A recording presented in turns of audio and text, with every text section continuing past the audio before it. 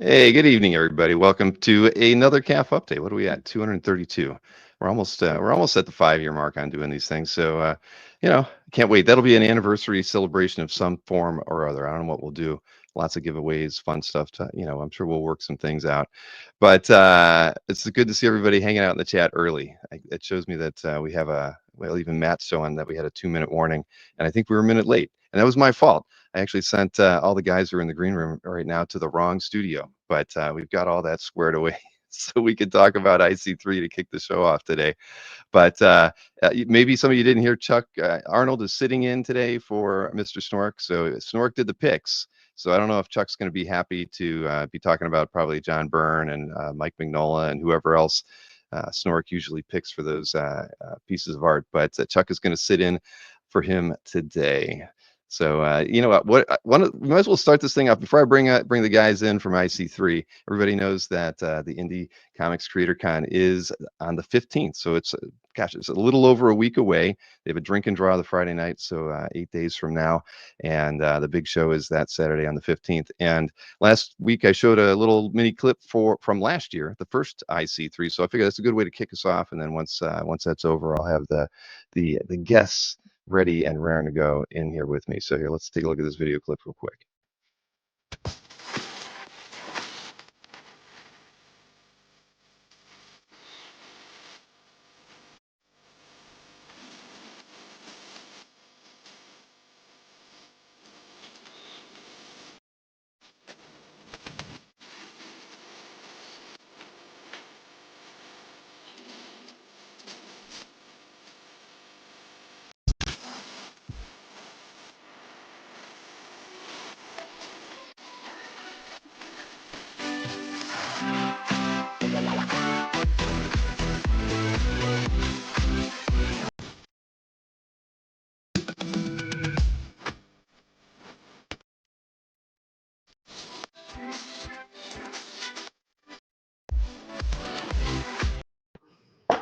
Hey, good evening, gentlemen. I know Hello. that something about that music. I love it. Matt Sardo can pick out a good tune, or did you have a hand in that, Jamie? I had nothing to do with that. That was last year's show. I don't know who did that, but it's great. It's fun. It is. It absolutely is. I was thinking about asking Sardo where he got it because not that I would steal it or anything, but I think it's a great riff and probably indicative of how fun the first show was. So, I think a lot of everything that I heard about it and the videos I've seen from it, and all of creators talking about it seems like a great show. But hey, before we get started, I got to introduce all of you guys because this is the first time we're really all talking. Even though Jamie and I did have lunch a couple times in over at OEX. Yeah. Uh, we were never properly introduced. So There was uh, a coffee machine that's snafu that we were everybody we were spins around dealing the with. coffee machine. Yeah. Exactly. So, well, we'll start with you, Jamie. We'll kind of go clockwise around here and and just introduce yourself. I mean, I know that you've helped Matt Sardo out on a lot of things. We've seen you on a few video clips for anybody who's been following the IC3 channel. But give us the scoop on it, what you're doing in this IC3 thing. Yeah, I have been a part of IC3 before it was IC3. Matt used to be my neighbor. He lived across the street from me, and right before COVID, we started talking about wanting to do a show down in St. Pete, Florida, where we both lived. We moved, and then we were like, "Well, we got to call it something else. We'll figure out what it is." And IC3 was born, and yeah, this year I was brought on as program director for the show. So I'm like basically just liaison to the people. I feel like, and I programmed all the panels, and I'm kind of in charge of the drink and draw. So it's a good thing. I'm a cartoonist by my profession, and then just kind of got roped in because I've known Matt for 10 years, and we do his thing. We also do a podcast, What is Comics, where we interview people coming to the show. Tony and Chris have both been on the show, and it's been really fun. It's great to. I've read more comics in the last, I don't know, 3 months than I have. I think all of last year. Like it's 300 pages a week of comics now because of people sending me stuff. So it's great. I really enjoy it. Yeah, well, you have to get immersive if you're gonna, get into this. And I'm just getting started. I have to tell you guys. I mean, I'm new to the indie scene, even though I've known about it. I mean, I'm in my mid-50s. It's not like it's not been around, but if it wasn't for IC3 and Matt and you and Kazra, really kind of getting the ball rolling and getting us more aware of the creators in the space, it's something that's tragically overlooked, right? And I think that IC3 is a great show to kind of raise awareness with the big two art collectors and comic book readers to kind of expose all those collectors and readers to the indie scene. And so I'm happy. I've got a lot to learn. I'm hoping Kazra comes back with like a stack of books for me. Yeah. So, but I do have to say I am disappointed, Jamie, that you're not wearing a bow tie tonight. No, but I'm off duty. It's late night. It's when you're only on the clock. Next to I get it. Okay. Okay, well, Chris, let's go to you now. I have to say, I just bought a piece of artwork from Chris not 15 minutes ago, and Chris, I have to give you some context for that before you tell me, anything that you probably didn't know this, but Kazra showed me. Well, he didn't show me, but he told me about those X-Men, kind of read-throughs you've been doing. Yeah. And I immediately just hopped over and looked at the one for 101, right?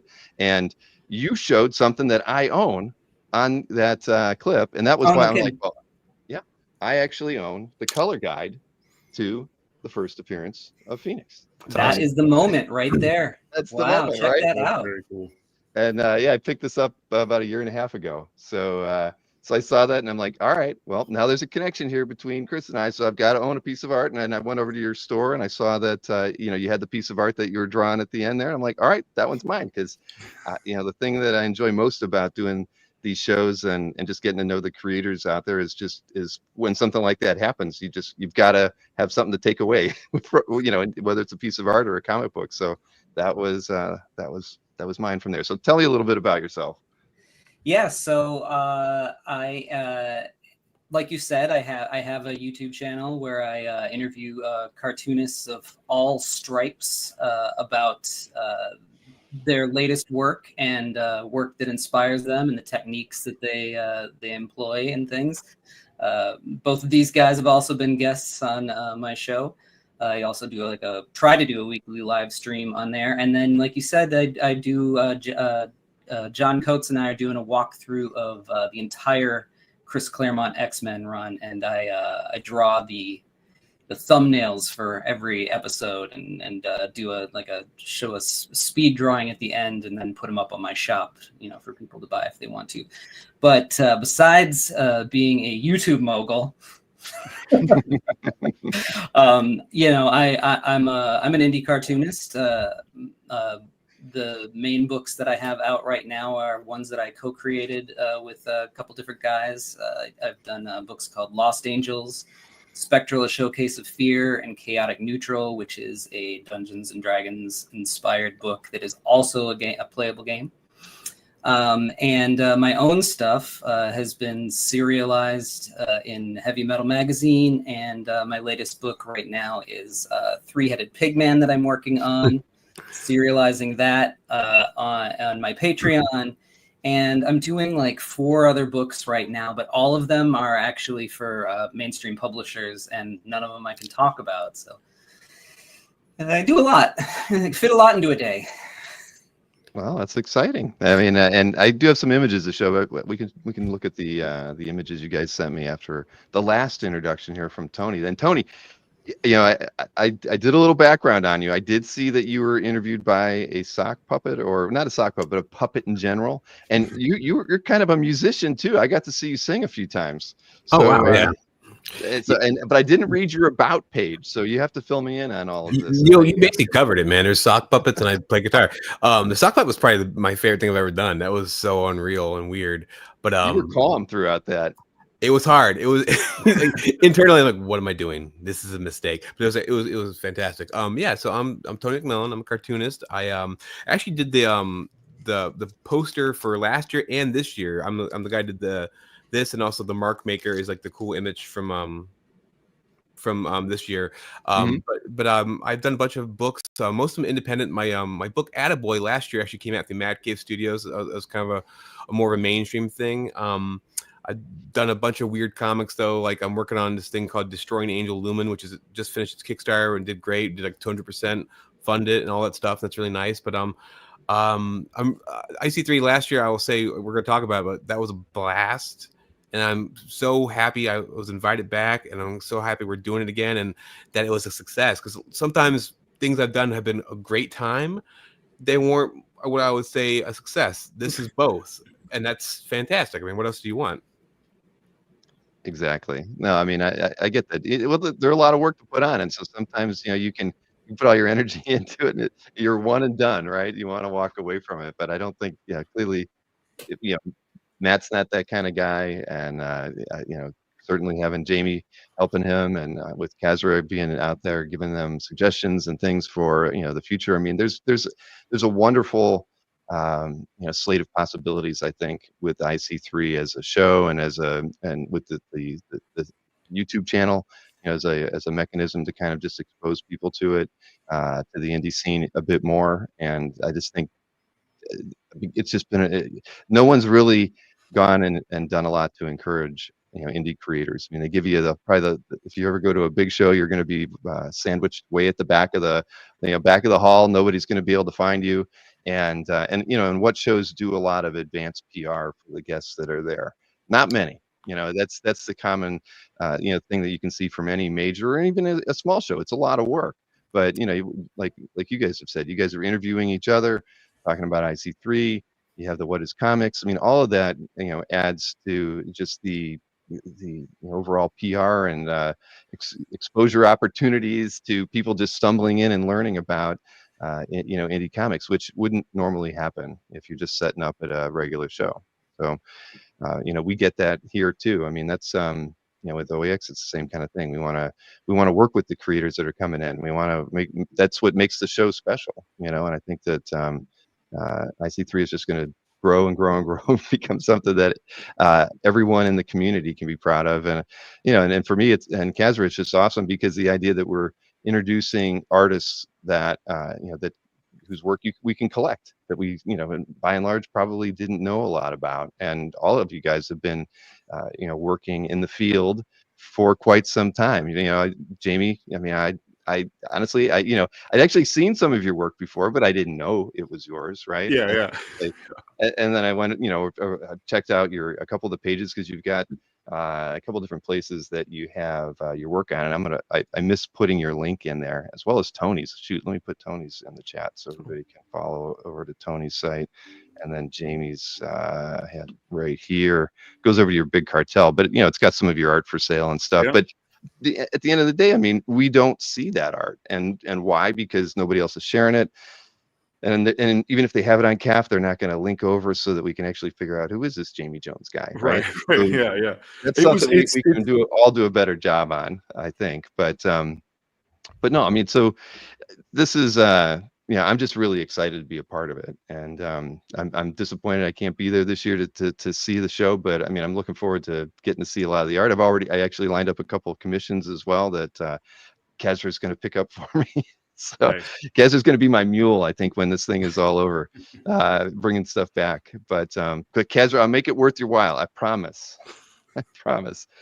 So I wanted to look at some art and everything too. I mean, I know I put links in there for everybody, but I wanted you guys to give talk a little bit about what you're bringing to IC3, so those who are in the chat and who are going to be watching the show afterwards, can know what to expect. And yeah, so let's see. I've got let me share the screen here. I've got some of Jamie's work up. I'll do his things first. So let's see. Here we go. Yeah, just fortunately Chris said, what can we send you some stuff, and so I had you guys send me just some images right before the show. So go ahead, Jamie, tell me about Spacao. I know that you have a Substack where you talk a bit about what you're currently working on. Yes, yeah. So I have a Substack. It is bowtiepress.substack.com, and that's where right now it's all Spacao all the time. have kind of adopted the subscription model for the magazine. It's a pulp action magazine, and it's $5. There's a free version. There's a paid version. The paid version gets you the book when it's all said and done. Spakow comes out. Spakow 3, I get books tomorrow, I think. they should be here. So I will have that exclusively premiering at IC3 this year. I can do sketch covers, which is great. And this is the first sketch cover that I did was for issue 2, and it's 1 out of 12, but it's that kind of stuff. Issue 1's cover. I like to paint all of the covers for the book, and yeah, it's a conglomeration anthology book of all action, adventure, pulp style things. It's making me really happy. I think a lot of times, especially when you're grinding all the time on your own work, sometimes the happiness goes away. But for Spakow, and I've been doing it for the past 6 months, has been just like really, really happy, really great doing all of that stuff. Well, that's awesome. I know when I went over to your website, I could tell you have an affinity for the kind of pulp era characters, right? I mean, that was some of the original art pieces you had there reflected that. Yeah. I this past October, Scott Chandler, who is a great Canadian cartoonist, put together a Pulptober list, and I did all 31 Pulptober stuff. That's awesome. And I'm bringing all of those to IC3, so people buy those up. That's great. I wanted to mention briefly that Matt just popped on there. It looked like Tom from MySpace. I was really like impressed. Oh my God, Tom's here. Tom wants the cow. What? He's making an appearance. Long forgotten Tom, but well, that's awesome, man. I mean, again, that's an era that even we as collectors don't think about a lot, because a lot of those artworks don't exist anymore. So, yeah. I mean, there's a lot of collectors who like focus on the Shadow or the Phantom. They're out there still, and there are fans of those genres and that era of comic strips and books. But yeah, not a lot of art survived those the years from there. But it's cool that you enjoy dabbling in it. That's my bread and butter. That's what I like. That's what I read all the time, and I like drawing pulp things. And to your point, it's like training the audience to know that that's what you like took years. One of the big shows for me is always Heroes Con, and it's getting people to sit down or look at my work and being next to older guys that are fans of them are going to see their works, and then I am next to them, and then they see that I'm also doing some older stuff, and that's kind of the vibe. Training people what you like to do. That's No, I totally get it. I mean, you would fit right in sitting next to like Joe Staten or something, right? I mean, he's an old guy who's been around. Yeah, and but he's got great stories, and he's done a lot of work over the years. I can see that. Yeah. And Kazra says, looking at wild that you studied underneath Bart Sears. That's true. Cool. Yeah, that's my big claim to fame. I draw nothing like him, which is great. Every now and then Bart gets a little wild hair, and he wants to like take on somebody to train him how to draw. And I was fortunate enough to be one of those guys. I call myself the little brother of the guys that he trained, because I get to do whatever I want to do, and it's like big cartoon stuff. And guys like Andy Smith draw a little bit more like Bart, right? Like sure. And I kind of got away from that because I discovered Eisner after Bart, and I was like, oh, this is what I should be doing. So did you study under him while you were down in Florida? I guess? Yeah. He walked into the comic shop that I was working at, and was just like, "Oh, I'm going to teach you how to draw comics," and that's how it happened. I wouldn't say no either if Bart exactly got an offer. That's great. Yeah, sweet. He's a good guy. He's been. We've done a few shows with him, and of course, he was at OAX. I really enjoy getting to hang out with him a lot. He's he's got a lot of stories, from his work at Valiant, his work when he lived in Florida, and now he's back up in upstate New York, or wherever he's at right now. I'm not sure. Yeah. But, well, that's cool. And happy 108th birthday to Eisner. There you go, Kazra. Yeah, it is. It's Eisner week. It's Eisner's birthday today, which is great. Mm-hmm. Well, cool. So, you're set up at IC3. You'll have original art, some of the pieces that people can see that were on your website that I linked in the chat. Yes. And what else are you going to be bringing? Spacow and Bringing baboon, spacows, you name it. Baboons, spacows. I will be set up in the panel room the entire show. I'll have like a tiny, I think maybe just like a little card table with all of my stuff, because that's where I'm going to be stationed. One of the cool things I think about IC3 this year, as opposed to last year, is we have grown from being a 100-person creator show to now a 175 plus creator show. And we have taken over the entire third floor of the student center. And what that has meant is there are like little pockets of rooms that people will just be in. So wherever you go on that floor, whether you're in the main hall or if you're in one of the rooms around the main hall, there's just going to be creators everywhere. Down the hallway, Matt and I built I say Matt and I didn't do anything about it, but built a scavenger hunt and a sticker thing where there's going to be a raffle.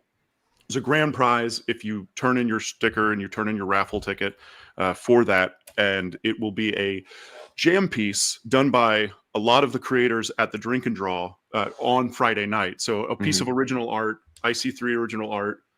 All you have to do is go to the show and get stickers and stamps on every single place, and then that becomes your raffle ticket. And it's going to be a really fun. I mean, the Drink and Draw is always going to be fun, but having something that we're all like adding to in a giant piece, we just need to figure out how to get it scanned right before the show goes live. But it's really cool. I'm really excited about the multi-room aspect of the show. That's just kind of like, just walk anywhere and you're going to find people. Well, the show's long enough that day that people should be able to get around to all the creators. I mean, that's a lot of people to see in a 8 or 10 hour window. I can't remember what the show hours. What is it? 10 to 6? 10 to 6, 10 to 7.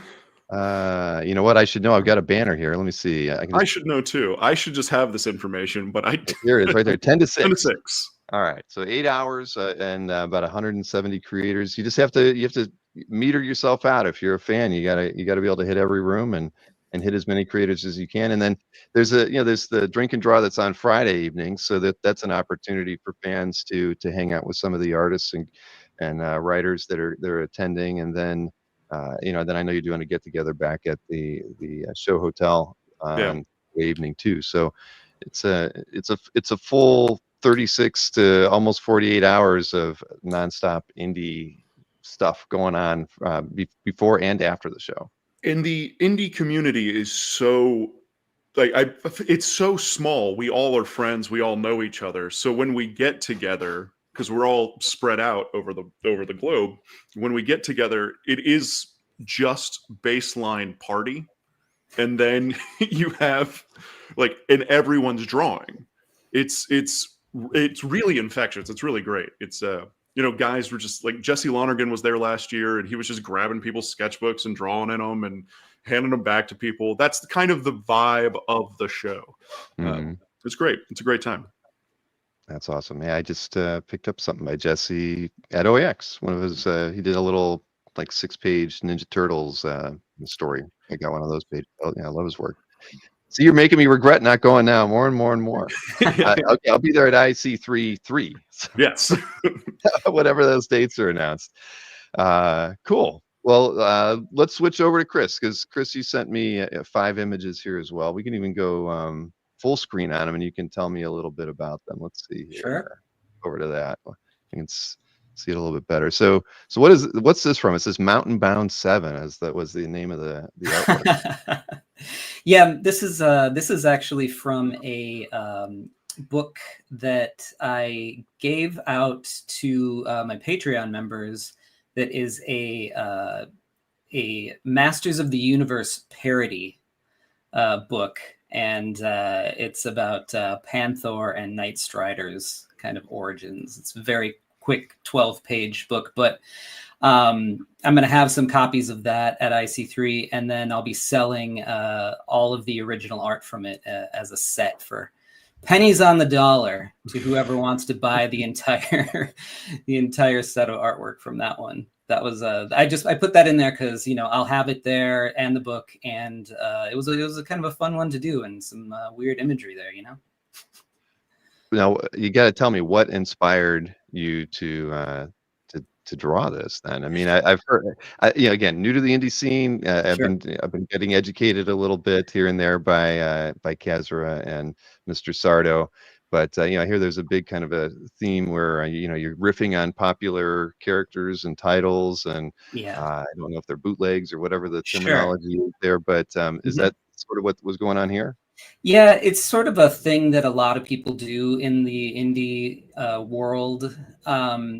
I actually did a Inktober a couple years ago where I just, my earliest memories of storytelling as a kid were playing with my Masters of the Universe characters. So it was near and dear to me.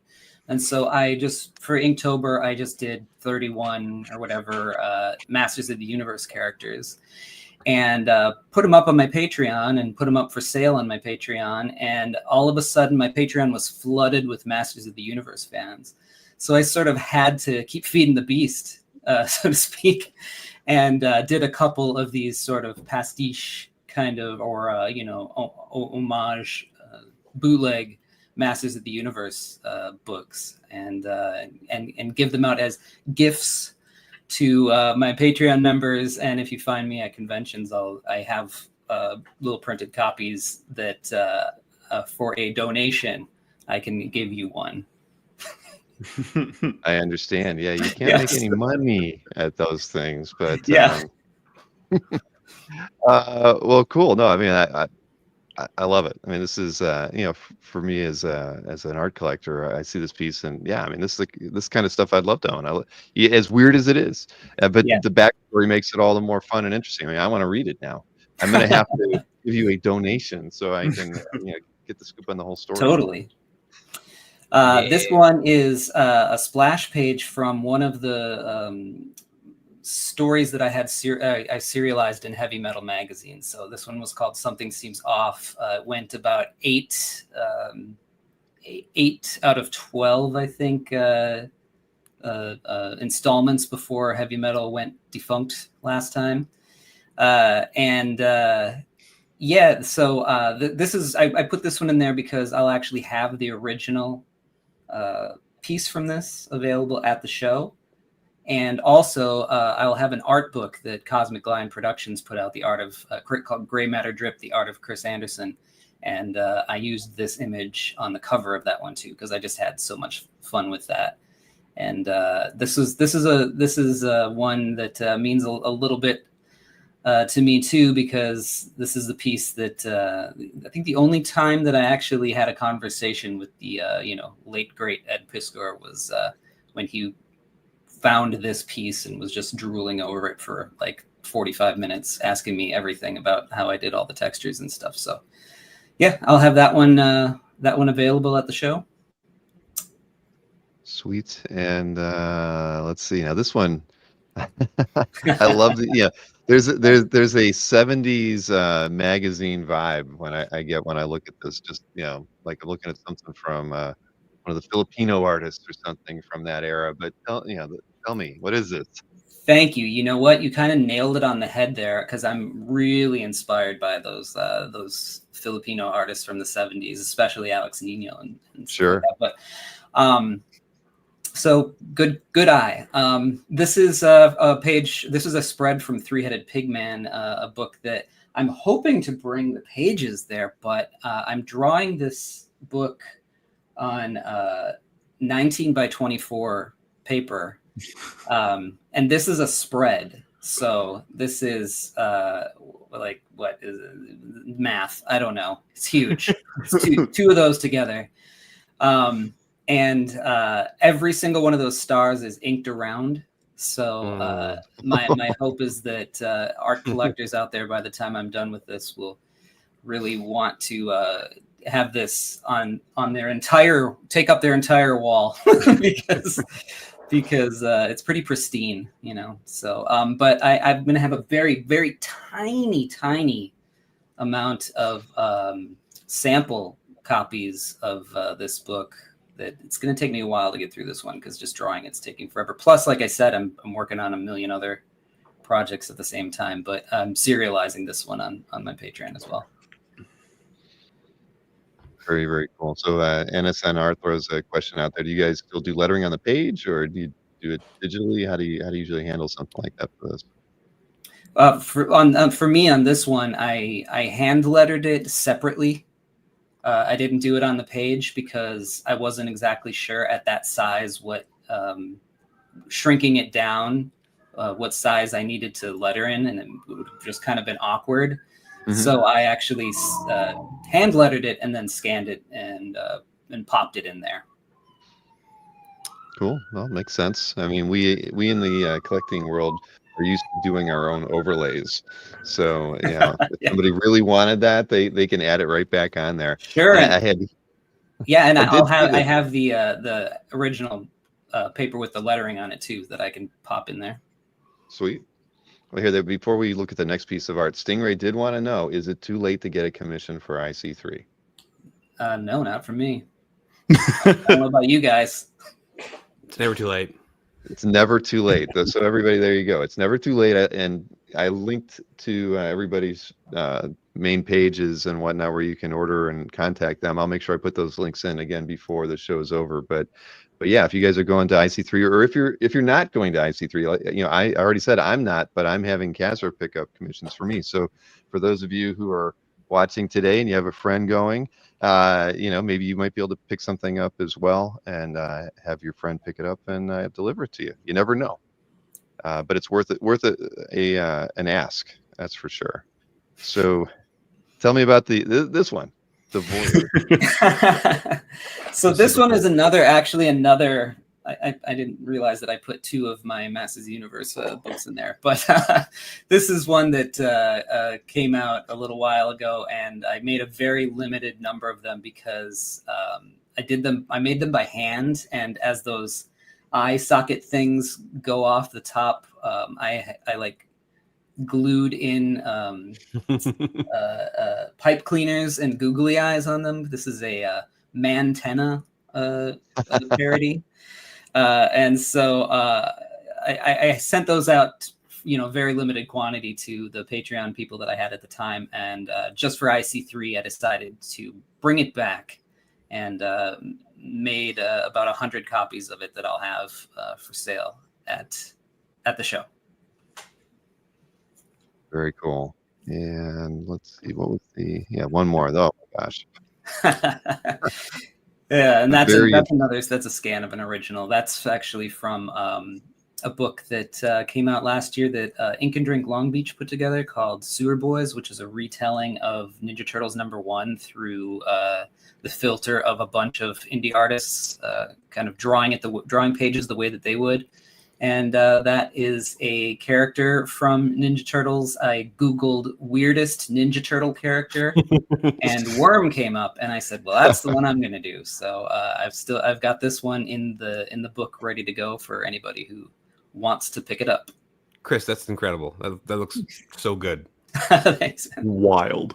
Look at that. Yeah, I love like I could see why Ed was like, how are you doing these textures? Because it's interesting. You know, you are doing a lot of different techniques, not just to get the kind of feel for the skin and the scales on this creature, but you know, you're using different shading techniques, you know, with great effect here. And then on this one, even with the wash for the brick walls and everything, I mean, it's cool. I mean, it makes for a really interesting piece. We talk a lot about, or I always mention, you know, that some of my favorite artists that are in mainstream comics today who treat the board like a work of art, right? They want that piece of art to stand on its own, without letting the colorist do all the shading and embellishing and stuff. And I think that I think we're really in an interesting period of comics creation where people care a lot more. The artists really want to make more of a statement than be kind of a house style. And yeah, I see some of that reflected in in the work that you're doing here. It's really, I want to say it's beautiful, but beautiful in a grotesque way, right? Exactly. Well, I appreciate that. Thank you. Oh man, well, let me hide this for a minute. And let's see, get that back over there. It wasn't supposed to do that. There we go. All right. So cool. Well, so Chris, you may have gotten, Stingray may reach out to you, and Jamie, somebody mentioned they saw your Stingray artwork. I think I saw it up on your Instagram too. So you did a good one for Newell. Yeah. That was really fun. Yeah, Stingray hit me up last time we were all here talking about IC3. I think before OAX, and that's right. Yeah, I remember that. He is a good time. Yeah, he is our hobby's biggest Stingray collector, and maybe the only one, but he's definitely the biggest. So we love Newell. So he's gotten some pretty cool Stingray commissions over the last year and a half. So Tony, Hey. over to you, man. Now, so what are you bringing to IC3 that people aren't aware of? Okay, so I'm going to debut my new series. It's Destroy an Angel Lumen. Issue 1 will be out. I'm going to bring also, it wasn't there last year because it wasn't finished yet, I don't think. But I finished the second trade for my Serious Creatures series, which is 12 issues complete, and it's totally done now. That's about the rise and fall of special effects in Hollywood in the 70s, 80s, and 90s. It's almost like the Goodfellas or Boogie Nights about special effects guys. And that book's done now. It's kind of a literary book. So both those trades. And then I'm going to bring you, of course, Attaboy, my book, which is slightly in the mainstream, which people might know about. And that's sort of a comic book disguised as a video game manual for a game that may or may not have ever existed. It's a really weird, sort of personal, but fantastic adventure story. It's really strange, but I think it's actually it's like my ET. Like it's heartfelt. people are getting something out of it, I think, which is nice. That's from Attaboy. It's a 2-page spread. It's based on a Jack Kirby spread from Captain Victory, which I always admired. And so I have original art too, and I don't know if I sold this yet. I might have sold this. I don't even remember anymore. But I'm gonna bring original art from all my books, and these are huge. These are 11 by 17 times 2 as one big spread. So if you get this from me, and I draw with like a Pilot parallel pen, and I use my thumbprint, so it's a smudged. It's beautiful and very dirty and great. I'm curious. So on the original. So what's the size? So this is a 2-page spread. So it's 11 by 17 times 2 for this guy. I just tape them on the back and go for it. But I love doing big 2-page spread. I love Jack Kirby's kind of 2-pagers from the 70s, Eric Larson, that kind of stuff. So whenever I can, I will do like page 2 and 3 is this huge splash. Yeah. And so you'll have some of these originals with you at the show? Most definitely, yep. And like I said, and I also I draw fairly fast, so I like to do just little sketches for people on like little I don't know, a quarter of the size of a comic book cover for people. So I have a bunch of those, and I don't know, I keep it pretty lively. Excellent. Oh, and here you had the cover to that. I forgot I loaded that in there as well. Yeah. And that I was actually nominated for like one of like the best comics of 2024 by a couple different sites, and one of them was like a comic resource or one of the bigger ones, which is really nice. And it was alphabetical, so I was like right after Absolute Batman. So I was like, oh, I'm number 2. Like, no, don't tell anyone it doesn't mean that. But I was like, fuck yeah, that's awesome. Nothing wrong with that. Hey, there's a lot of reasons why companies name themselves like, AAA, whatever, because they want to be at the top. But I'm sure that wasn't your motivation. I wish I was smart. No. All right. So I like another DPS here. Yeah, that has been sold. But that's Attaboy. It's opening kind of cold opening. And it's funny. That was one of the first things I did before I actually was going to do the book, and I just liked it enough. I just inserted it into the story, and it worked. No, it's awesome. But sold. So this one won't be with you. Yeah, that one's gone. But the money is with me always, and I appreciate that. Right now, when I looked, I'm trying to find I got so many tabs open here. When I looked, I went on your website, which I linked in there earlier, and then I saw, you had an Etsy, but I didn't see Do you sell the original art through the Etsy too? I do, but I think I took a lot of it down because I was doing a Kickstarter, and so a lot of the Got ones it. yeah, so I think that's what happened. So they'll come back up when now the Kickstarter's done. Okay. Well, I just threw the Etsy link Awesome, thank in the you. chat as well, just so everybody. But yeah, I was looking too. I was like, okay, let's see what you have available, because Jamie had a few pieces and Chris had some. So all right. But anybody going to the show can see a lot of this art from you, but not this piece. Yeah. So here we go. Tell me about Destroying Angel Lumen.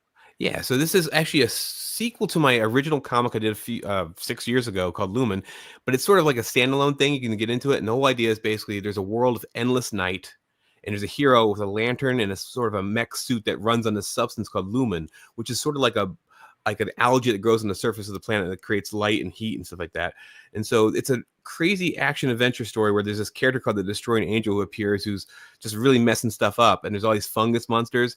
And it's sort of my I was really trying to capture. I love the Road Warrior. I love Raiders of the Lost Ark. And I like all these set piece action films. And I was trying to find a way to kind of do that in a comic. And so each issue is 50 pages long. There's gonna be 4 issues. I've finished the first 3, and so now issue 1 will debut. And so I'll be on track to actually have a monthly book, and then it'll all be done.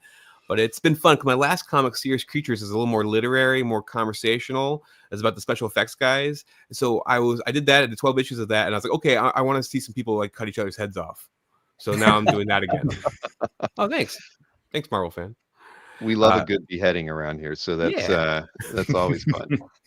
See, you said Mad Max when you were describing, the algae glowing and the, the creatures and thing. I'm thinking you're channeling Kirby there, with the far, Oh, kind of Kirby. that. He was always out there when he was doing his own thing, right? And yeah, Kirby's definitely in all my work, I think. But he's in this a lot. There's a lot of giant kind of 70s Kirby mech stuff and weird fist force shortening nonstop. It's all there. Awesome. Thanks. Let's see. I think we have. You have a Doom battle pose. So was this done for fun, or? Yeah, it was done for fun, and then someone wanted to buy it, so I said sure. But I love drawing Doctor Doom. Like we're talking about Kirby, but he's got great character designs, even beyond the stories and stuff like that. They're just so solid, and so they're really fun to play with. And like Doom is one of those guys I can never get tired drawing him. There's so many cool things to do, and yeah, I've done a bunch of Fantastic Four characters, and Fantastic Four is one of those things where I only really read the whole run just in the last 10 years. It took me a while to kind of find issues I want, like good versions of them and stuff like that. I just got like the reprints from the 70s and 80s, and freaking it's great. Everyone was right. Everybody was right. It's really good. And you should check it out. Oh man, let's see. I agree with you. For me, there's a lot of comics I avoided because either I didn't like the artist or I wasn't sure, if I'd want to read it, and then I regret coming. That took me 20 years to come back to certain books, which everybody kept telling me I should read. So I know that feeling. Let's see. So, yeah, this is from the new Lumen book. This is a 2-page spread, and I'll be bringing the original art of this. It won't be in color. I do color digitally, but I think it's a really fun kind of spread. It shows kind of what the book's, the essence of the book is like crazy monsters and guy fighting them, and it's really kinetic, I think. And so I really like this piece.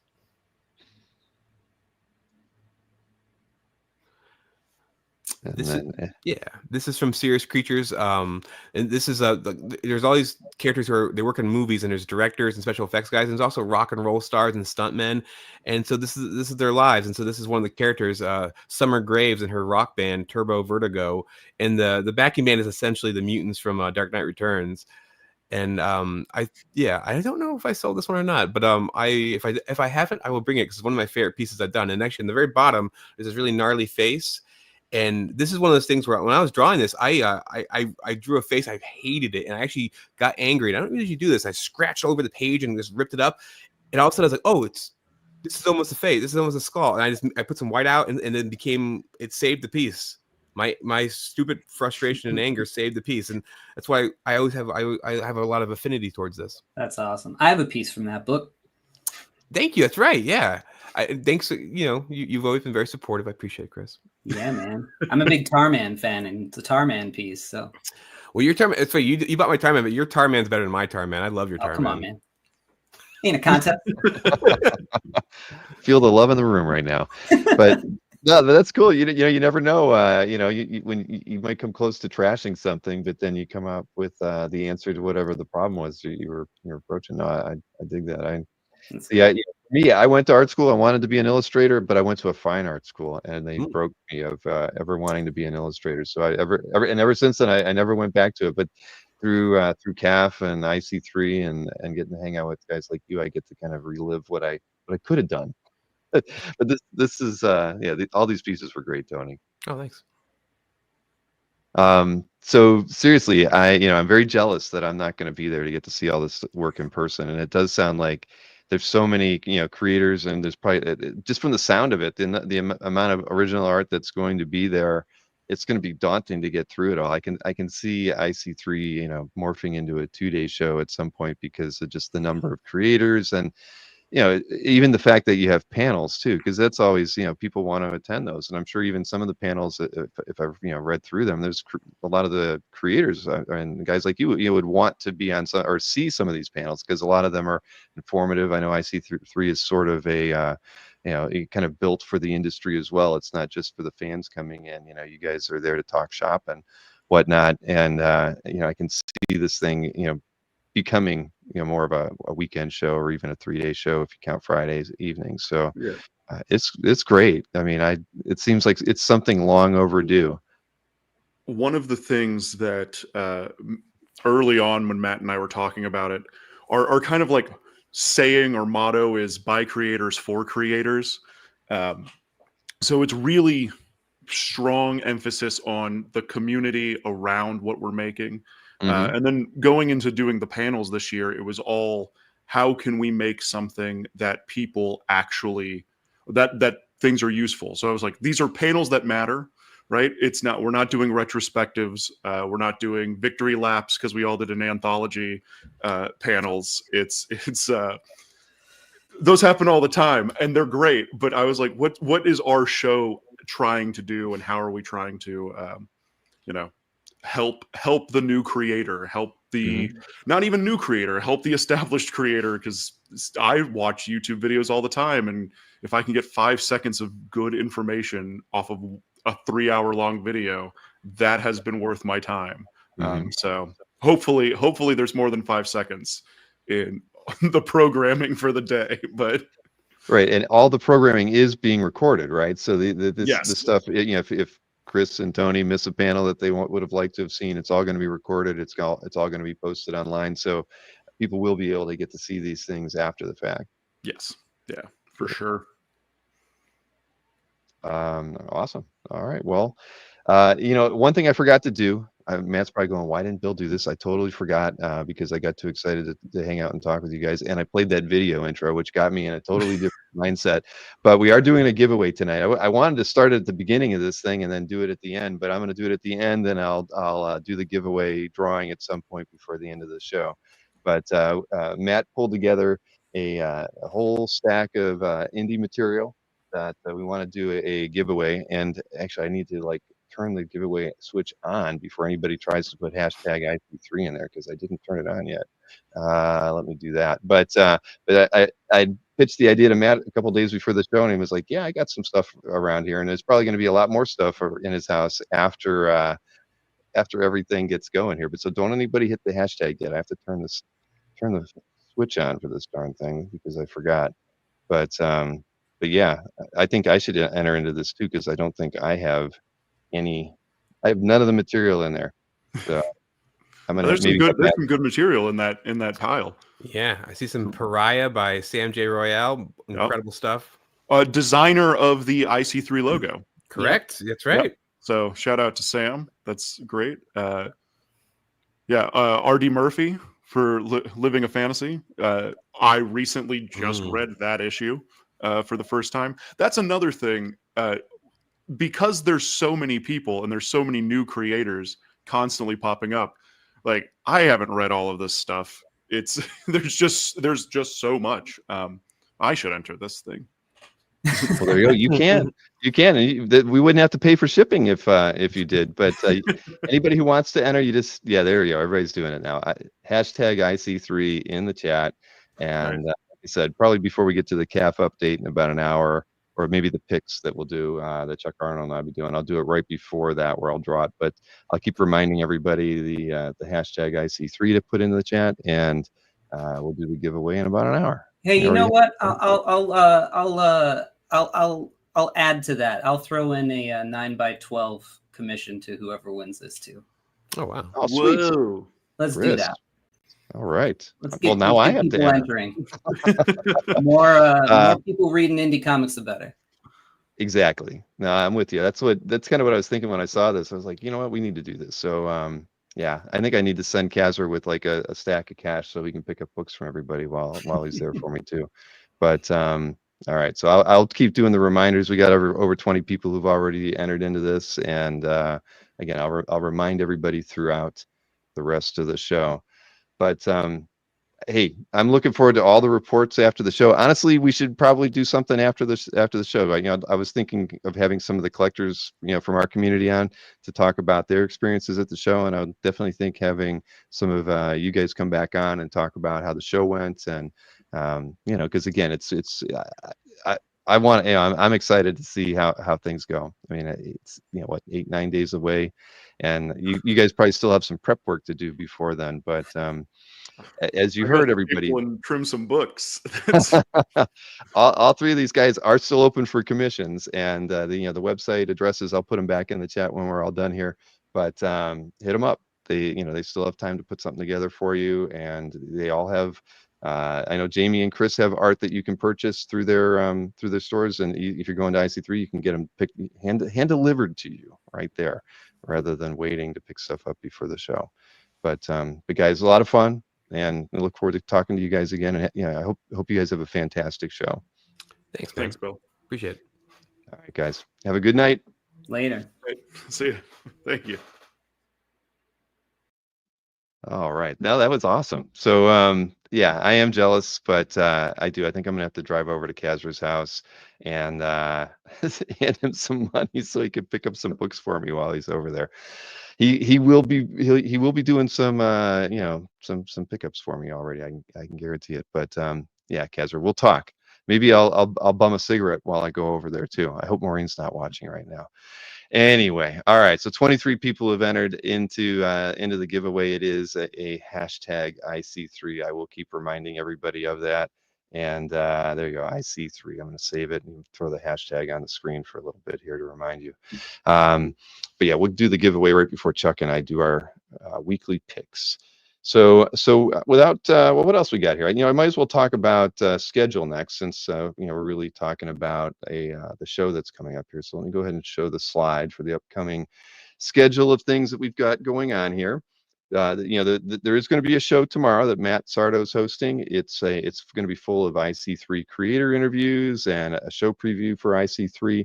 That's going to start at 8 o'clock tomorrow on the channel. So I would hope that many of you can tune in. And if you can't watch it live, please watch it afterwards. So you're going to, especially if you're going to the show, I think you're going to meet a lot of creators that are already going to be there. So it'll feel like you already know them. And it also kind of gives you a plan of attack when you're going to IC3. If you're going to know which creators tables you want to hit first and everything. So I think it's a great idea that Matt's doing this. And again, that's tomorrow night at 8. I've got that Hero Initiative benefit. It's going to be an art auction. Ryan Sook will be on with me on Saturday at 2 p.m. We've got, I could show those here. He's got these 10 sketch cards that he did, as well as 5 Hero Initiative coasters. And there's actually a 6th. His daughter drew one, and I know that Ulan is very popular, Mannix's daughter, and her artwork. We've seen a few pieces on CAF. Well, Ryan Sook's got a budding artist in the family as well, and I don't have a picture of it, but I do have a 6th coaster that Ryan's daughter did. So we'll have that.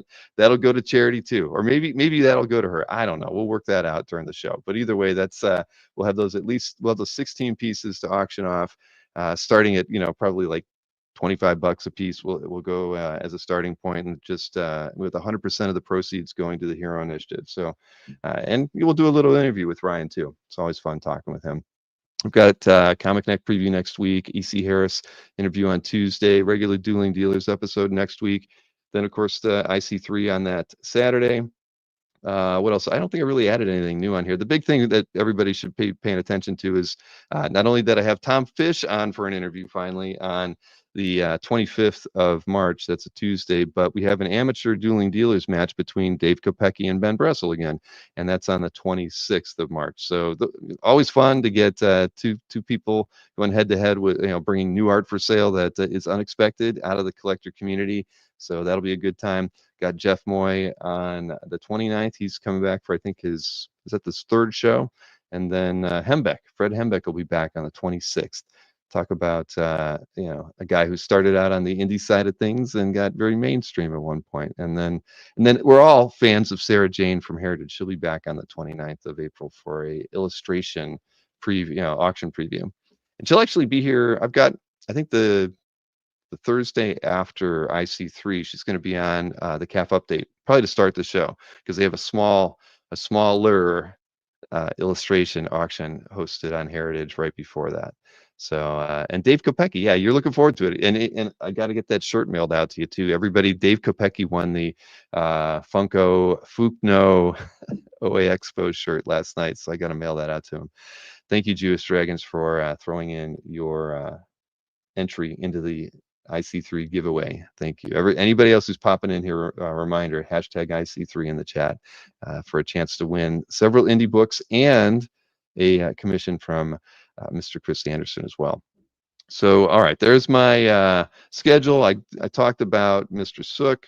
So, we actually don't have a ton of things going on the show tonight. One of the things that kind of got delivered to me, midweek, because I've been promising to do one of these myself and I haven't.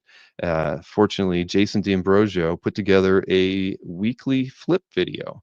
So, it was, surprise, surprise, and he's not long-winded. Jason this is his fourth weekly flip, and this is probably one of the most brief weekly flips that we have ever done, and or had recorded. So we know he's an X fan and all that. So let me go ahead and play this weekly flip that Jason provided me through Facebook, no less. He didn't use Google Drive or any kind of transfer file service. He sent it right through Facebook Messenger, and the quality was okay.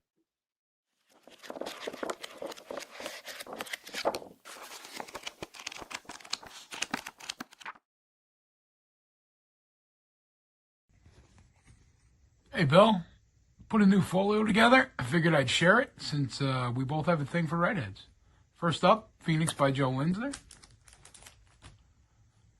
Goblin Queen by Josh Cassara. Goblin Queen by Mike McComb. Goblin Queen and Wolvie by Aranga. Goblin Queen by Ryan Otagawa. X-Men 175 cover recreation featuring Phoenix by Elvin Ching. Goblin Queen by Elvin Ching. Highly recommended. Goblin Queen by Mike Crone. Black Queen by Mike Mayu. Phoenix by John Romita Jr. Goblin Queen by Miguel Mercado, and Phoenix by Rick Leonardi. Goblin Queen by Leo Sandler, and Phoenix by Nate Stockman. Goblin Queen by Frank Cho, and Phoenix by Kiki, local artist here. Phoenix by Neil Adams. Goblin Queen and Sinister by Mike Samney. Chris Samney. Goblin Queen by Justine Franey. Phoenix by George Perez. Phoenix by Kia Asamaya. Phoenix by Paul Smith. Black Queen by Chris Pachalo. Phoenix by Chris Pachalo. And a Goblin Queen by Bruce Timm. Hope you like it.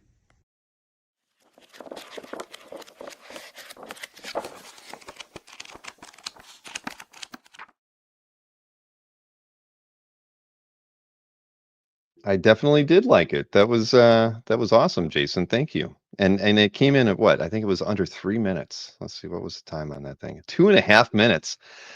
Brevity is your friend, Jason. But I'm gonna try this weekend. I will try because I've been wanting to get those published X-Men pieces of mine back on CAF after I accidentally deleted that folder that I had 20 years worth of comments and views and all that other garbage on it, and I deleted it. And I deleted it accidentally while we were working on the app of all things. So I'm the dummy there for having that happen. But yeah, I want to do a weekly flip of those published pieces before I post them all back to CAF. So I got to do it this. I'll try Sunday. I'll try to do one, and that'll be our weekly flip from next week. Comments are garbage, Marcus. Yeah, coming from the guy who leaves the most comments out there. As anyone. Now, I did ask Chuck to pop in here while the weekly flip was playing, and he hasn't done that yet. So I'll have to wait for him. But I can tell you, I do a lot of different stuff during the day, right? I mean, I'm always, I do say I work on the mailing, or I jump over and do different stuff. We've been working on the app a lot because we want to have a new launch coming out by the end of the month, which is, it's not aggressive. It should work. But I'll send you a new link, Chuck. You know what? Maybe I sent you the same link that I sent the guys from IC3. So maybe, yeah, I'll share a screen here, and while I'm doing that, I'll send you a new link. I'm sorry.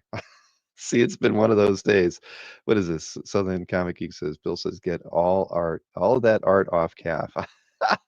Dude, it was the worst moment ever when the gallery accidentally deleted. I can't even say that I'm the one that did it, because I was allowing 2 other people to test with my gallery through the app when it happened. And so I don't believe I deleted it. I think, but I wasn't going to run around pointing fingers, because it could have been Maureen. It probably wasn't, but it was probably the developer, Andy, who did it. And I mean, what am I going to do? The data's gone. When a folder gets deleted, it's erased. We delete every scrap of data in the databases. The images get deleted, everything. So it was a horrible, horrible moment when that happened. But here, why don't I'll show this this screen while I'm talking, while I'm trying to get this other share set up for Chuck. But today, what was I doing today? I was actually working on the app, and one of the things that I really dislike having to do as part of anything is like work on mock-ups. But when you're working with programmers who are they just want you to give them something that's to give you an idea of how something should work.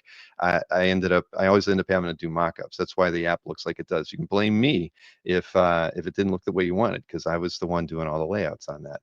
But we are working on the whole CAF mail section, which we want to have inside of the app. So I had to basically mock up the screens for how they would look in the app versus how they would look on the website, right? Because as you can already tell, we're kind of throwing everything we know about the website out the door and starting all over with the app. And so I had to just kind of pull things together. So the email system's going to look rather clean. It'll be easier to click on stuff and get to the things that you want. With being able to, like here, I could click over to Steve's or Jimmy's CAF galleries from here real easy. The filtering system's going to be it's cleaner, because you can see we don't have like the keyword filter search up at the top. You have to click the filter icon just like you do everywhere else on the app. It'll bring out the keyword filter and a few extra things that you can filter your email on. And then just getting to a detail. I actually did it wrong the first time. I actually made the detail screen be a screen in and of itself, and then I realized it needed to be something that slides over so you can just click it and close it. So I had him do a mock-up for Andy, so he knew exactly how we wanted the email system to look. Give me a second here, Chuck, and I'll get that link over to you, because like I said, I am a doofus sometimes. But anyway, so that's what I spent like 2 hours this morning kicking this around, trying to get it right so that I could actually send the right stuff over to Andy, because he's starting on the CAF mail system on Monday, and he needed all of this laid out in front of him. So I'm getting this to you in a second here, Chuck, so you can join me. There we go, Chuck Arnold. And here's the link. There we go. See, Chuck, you weren't late. It was just me. So there you have it. All right. Sidar has all the data now. Yeah, you never know. I don't think we'll see Sidar for a while, but I don't want to say never. Um, Jason, I didn't even acknowledge you sending the flip until now. What do you mean, man? I did have you in the mailing today. Sorry, I didn't. I thought I did a decent job there. Anyway, once the calf mail system's in there, I think that's about when we're going to be ready to release things. One of the things that we've been working on was the push notifications, all that kind of stuff. Calf mail will have a push notification for it. So right now we have push notifications working for comments. So if somebody leaves a comment on your artwork, you get a push notification that you click on, and it'll open up the app and take you right over to the piece of art. We have some programming still to do with that because the interesting thing is, the website has comments too, as you know, and the app handles sending push notifications, but we have to make the website handle when a comment's left to send out a push notification. So we had a couple meetings this week between Andy and Maureen and myself just on how we were going to achieve that. And I think tomorrow Maureen's going to implement some of the programming that Andy's put together so that we can start seeing that work too, which will be pretty cool. And again, DS sticks or D sticks, hashtag IC3. Thank you. Everybody should keep doing that. And you might hear, oh, well, there's that guy. There he is. Hey guys. Man, I'm sorry, you were sitting in a room all by yourself, weren't you? I'm all right. Yep. I've got all my friends around me, right? Exactly. Yeah.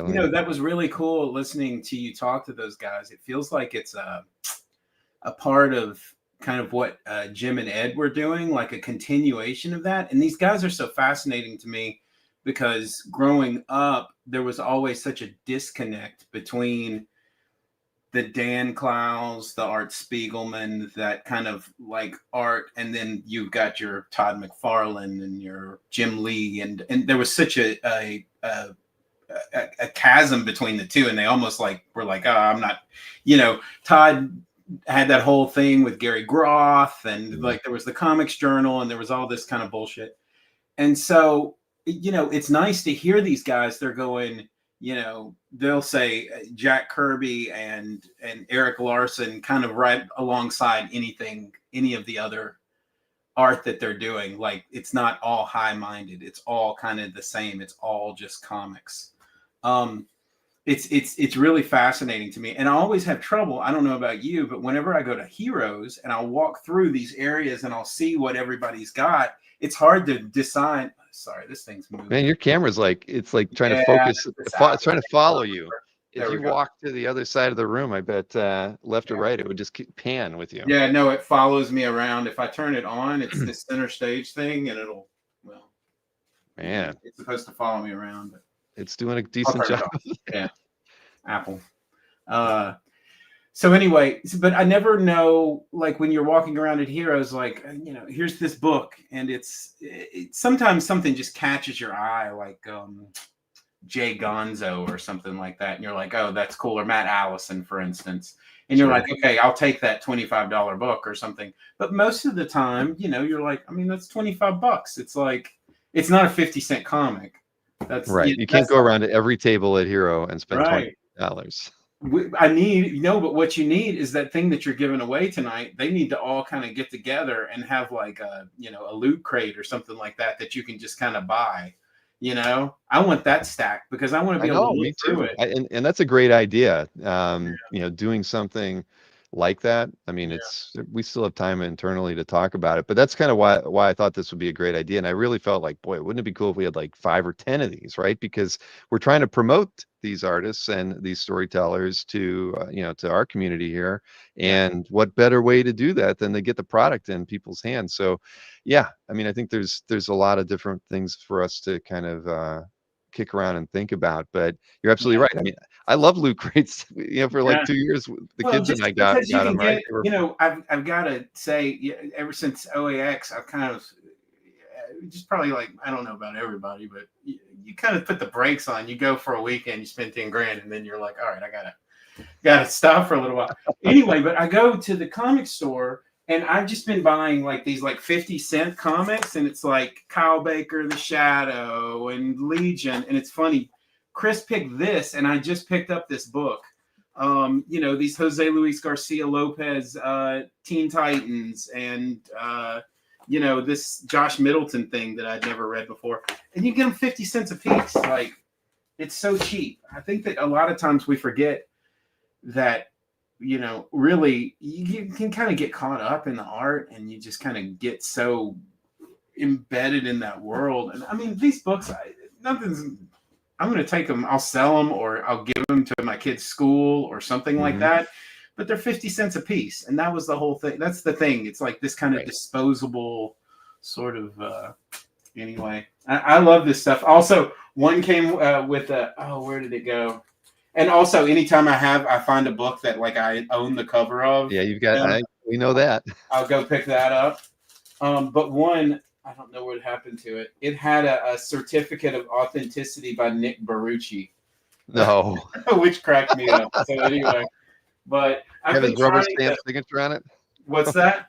Was it like a rubber stamp signature? It says Nicola Baruchi. Nicola, yeah, that's right. Okay, so anyway, that's what it says. It's Dynamic Forces, Nicola, 50 cents. Who knows what it originally cost? But I mean, I think that places just like we've got this bookstore around the corner, and places must just dump like huge quantities of comics on them. And I mean, and they sell them for 50 cents a piece. So you spent 15 grand at OAX? Or is that what you're trying to tell me? I think you're exaggerating. I think it's, you know, 10, yeah, the family's watching. 10, I don't know. It's hard to say. I mean, you're also including a day at Disney parks. That is very true. Which is another, you know, I mean, if you want to ride, you got to pay. That's the thing. Like, that's another $1,000. And you got to pay for at least for the fast pass all day, and those are almost expensive as the ticket. Oh, it's insane! It's insane. And then, you know, the hotel and all in. Yeah, it was not a cheap endeavor. Although it was a really I don't think I've talked to you since then. It was a really great time. I had a really great weekend. You know, we had such fun, and you know, hung out with the regular crew and new people, and you know, got into some great conversations and drank a lot of beer and had a lot of fun. So, and saw a lot of great art. Oh my gosh, yeah. I mean, it was a great weekend, obviously, for everybody on the team too. And there's a lot to be proud of. And you know, I've just, you know, getting to watch the videos after the fact and the stories. I mean, you know, just hearing about even with Wolvie Fan on yesterday saying he did that trade with Finch, right? I mean, that's not something that I heard. That's probably something that a lot of people didn't know about. But it's just cool things when you hear stories like that. It just makes you know that the dynamic that surrounds OAX is just full of potential and unlimited possibilities for things to happen that just couldn't happen anywhere else. Well, I mean, that story blowing up with Tom Coker, you know, the first day when we got there, we went and we're meeting up with Nick Patera, and he was sitting with Tom Coker and Jeff Singh and Joe Melchior and I, you know, over in Starbucks, and we ended up all going out to lunch together. And I'd never met him before, but I mean, what a wonderful, affable, just incredible human being, like, to know. And then how that story has, like, Felix did it on his podcast, and then like the whole thing blew up, and you know, with the X-Men pages and the big trade and everything. I mean, it's just that sort of thing can't happen anywhere else. It just doesn't, you know. You're just not around. It's a different thing than Heroes is. It really is. So, oh God. I know we did. Oh my gosh. Miller's Ale House. We bought a lot of drink tickets for Miller's, but all worth it. So it was a lot of fun. It was. Now, you know, you did send me something. I did. Well, you know, the only reason I sent it is because Marcus said something, because I did this a while back where I always talked about like how Mannix has sort of become a phenomenon on with the CAF crew. And this year I posted it. I haven't even gotten around to posting everything from OAX that I bought yet. So I just got around to posting the Mannix commission that I got. and it was Wolverine breakdancing, because I took his design. My day-to-day, I do motion graphics and animation and video editing, but not a lot of 3D work. And I kind of toy around with it and, just kind of have fun with it, but don't have a lot of projects that call for it in my professional life. And so I was like, oh, those Mannix things, those look like they'd be perfect to animate. And so I did one of Wolverine and had him breakdancing in a subway. And anyway, Mannix liked it. And then what I ended up doing is and it was kind of fun, because I'm not big on social media, but I'm friends with all of the CAF people on social media, on Facebook and Instagram. So I don't see anything except art all through my Facebook and Instagram. I don't see any of the bullshit, any political stuff, anything like that. It's all just like straight up comic stuff. So it's kind of wonderful. But anyway, so I shared that, and Mannix liked it. And so I had him do a piece that I posted on CAF this week that was Wolverine breakdancing. And I mean, he went all out with it, and he put all the other characters in the background and had Wolverine doing a hand plant and or whatever. I don't know the breakdancing moves. And then there's other characters in the foreground. Anyway, it just turned out fantastic. Anyway, I wasn't really that busy with work this week, and I wanted to do a Galactus. And so I started building a Galactus, and I use this program called ZBrush in Cinema 4D. I won't bore everybody with it.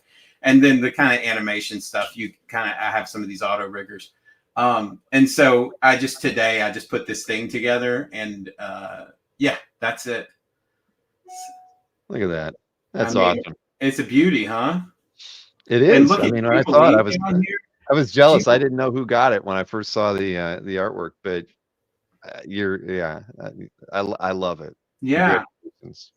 And Jubilee's down here with her thing, and and Archangel's taking a video, and Cyclops is there. He doesn't know he's about to lose his head.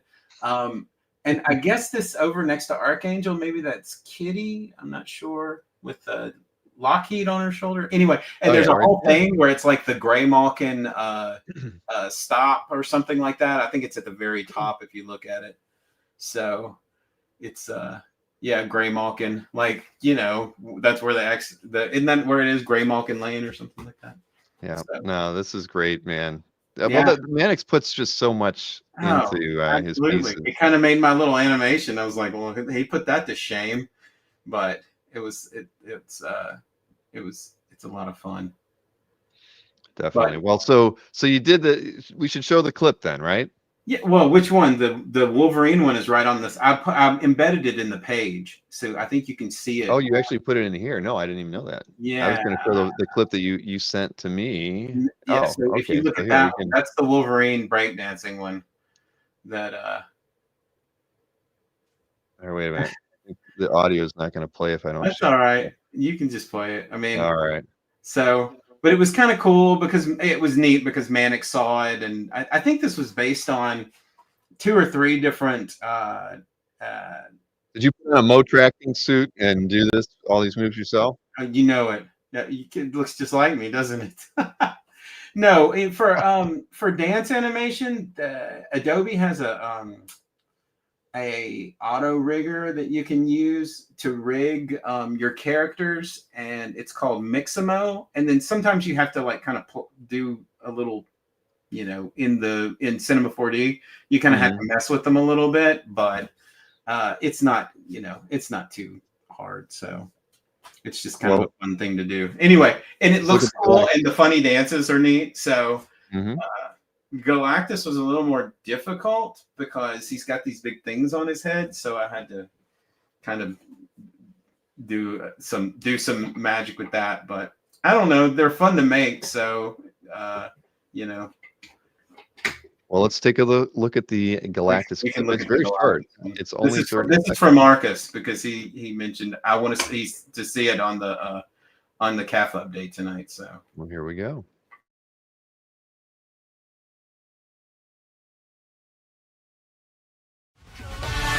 Swings across the stars, munching planets near and far.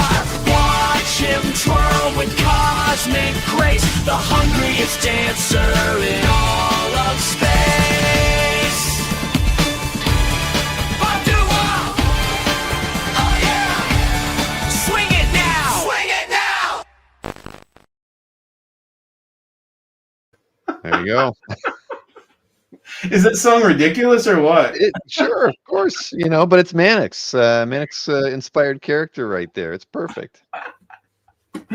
Oh my gosh. Well, anyway, that was fun. I don't know. Well, you should, I'm not looking at the chat, but Sure. if anybody's saying nice things, thank you. And if you're not, well then. And if you're not, fuck off. Keep it to No, yourself. everybody's happy. Yeah, look at that. It's got some Yo Gabba Gabba style to it. It is. I forgot about that show. That's true, Dave. Oh, that's funny. Elvin Ching is in the chat. I don't know if Elvin got to see the flip, but there was some of Elvin's work in the Jason flip that we just got to see. Well, I thought somebody mentions the like action figures. I thought it would be fun to like 3D print. Mhm. Like, oh no, Marcus just said that. I see this. The like, I don't know, 3D print something like that. I started looking into 3D printers. I don't have one, but you know, anyway, something might be fun. Well, everybody's impressed. No, thank you. I think Thank maybe you, Derek might have everyone. even It's gotten. fun. I have to. Dance. I'll have to do another one. I don't know what the next one will be, but All right. Yeah. Well, have you shown that one to Mannix yet? I sent it. I put it on Instagram today, so it was this afternoon. So maybe he's. I don't know what the time difference is there, so I'm sure he'll see it. Hopefully he won't be like, please stop. Well, he's it's 11:30 there by now, so yeah, he's awake. If he's even home. I mean, he's either at Lance's place. It seems like more than anything, right? Or at a theme park, or at a restaurant. Right. They're living a good life right now. So your chat with Chaikin, one, I think it should be mentioned that Chaikin show was a sellout. Like you. Oh yeah. No, it was good. You know, I mean, you know, Chaikin's he's I love talking with Howard. Yeah. He keeps me on my toes, and he definitely I mean, there's nobody like him, right? I mean, come on, he's 75, he's as sharp as a tack. I mean, you know, it's like, you know, he's got so much wisdom and knowledge of the business, and you know, he's so set in his ways, and he deservedly so. And hey, it was what it was. Well, I just thought that we had a good talk after it. Honestly, I thought the price point really, I mean, they all sold, so I'm wrong. I thought they were a little bit high. But well, you know, I mean, you can get Chaikin pages for, I mean, I've gotten Blackhawk pages. Usually they're less than $1,000. You know, right. Well, that was $500 or $600. Like, you know, that's where I think about things. So, but I say that, and I'm somebody that I have two of things that I think maybe I got one of them. Have you picked up on shows I've done? Yeah. So. Oh yeah, definitely the one. The Shadow was. Shadow I think you got. was during the pandemic. They were doing Hero Initiative, like you pay and he does a drawing and we talked. You know. Oh, that's right. They did those like 5-minute sit down things during the pandemic, right when it first started. Yeah. Oh, I know. I mean, you know, those pieces that he did were of. They were very nice. The tonal work and everything. So I felt like the starting prices were right where they should be. I mean, and they all sold. So I mean, listen, yep. You know, I think that's great. I think that's great. Howard still got it.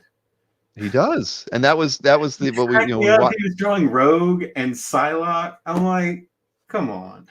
I know. Hey, you know, he had time. That was the thing. He was like, I'm going to try to do, you know, work that I know I can do that I don't usually get to do. Yeah, you know, is what the way he approached it, and he wanted to put some extra time into him. That's why he did the sepia tones and the wash and stuff on him that he wouldn't normally do in pieces he'd give to the show. So, you know, who knows?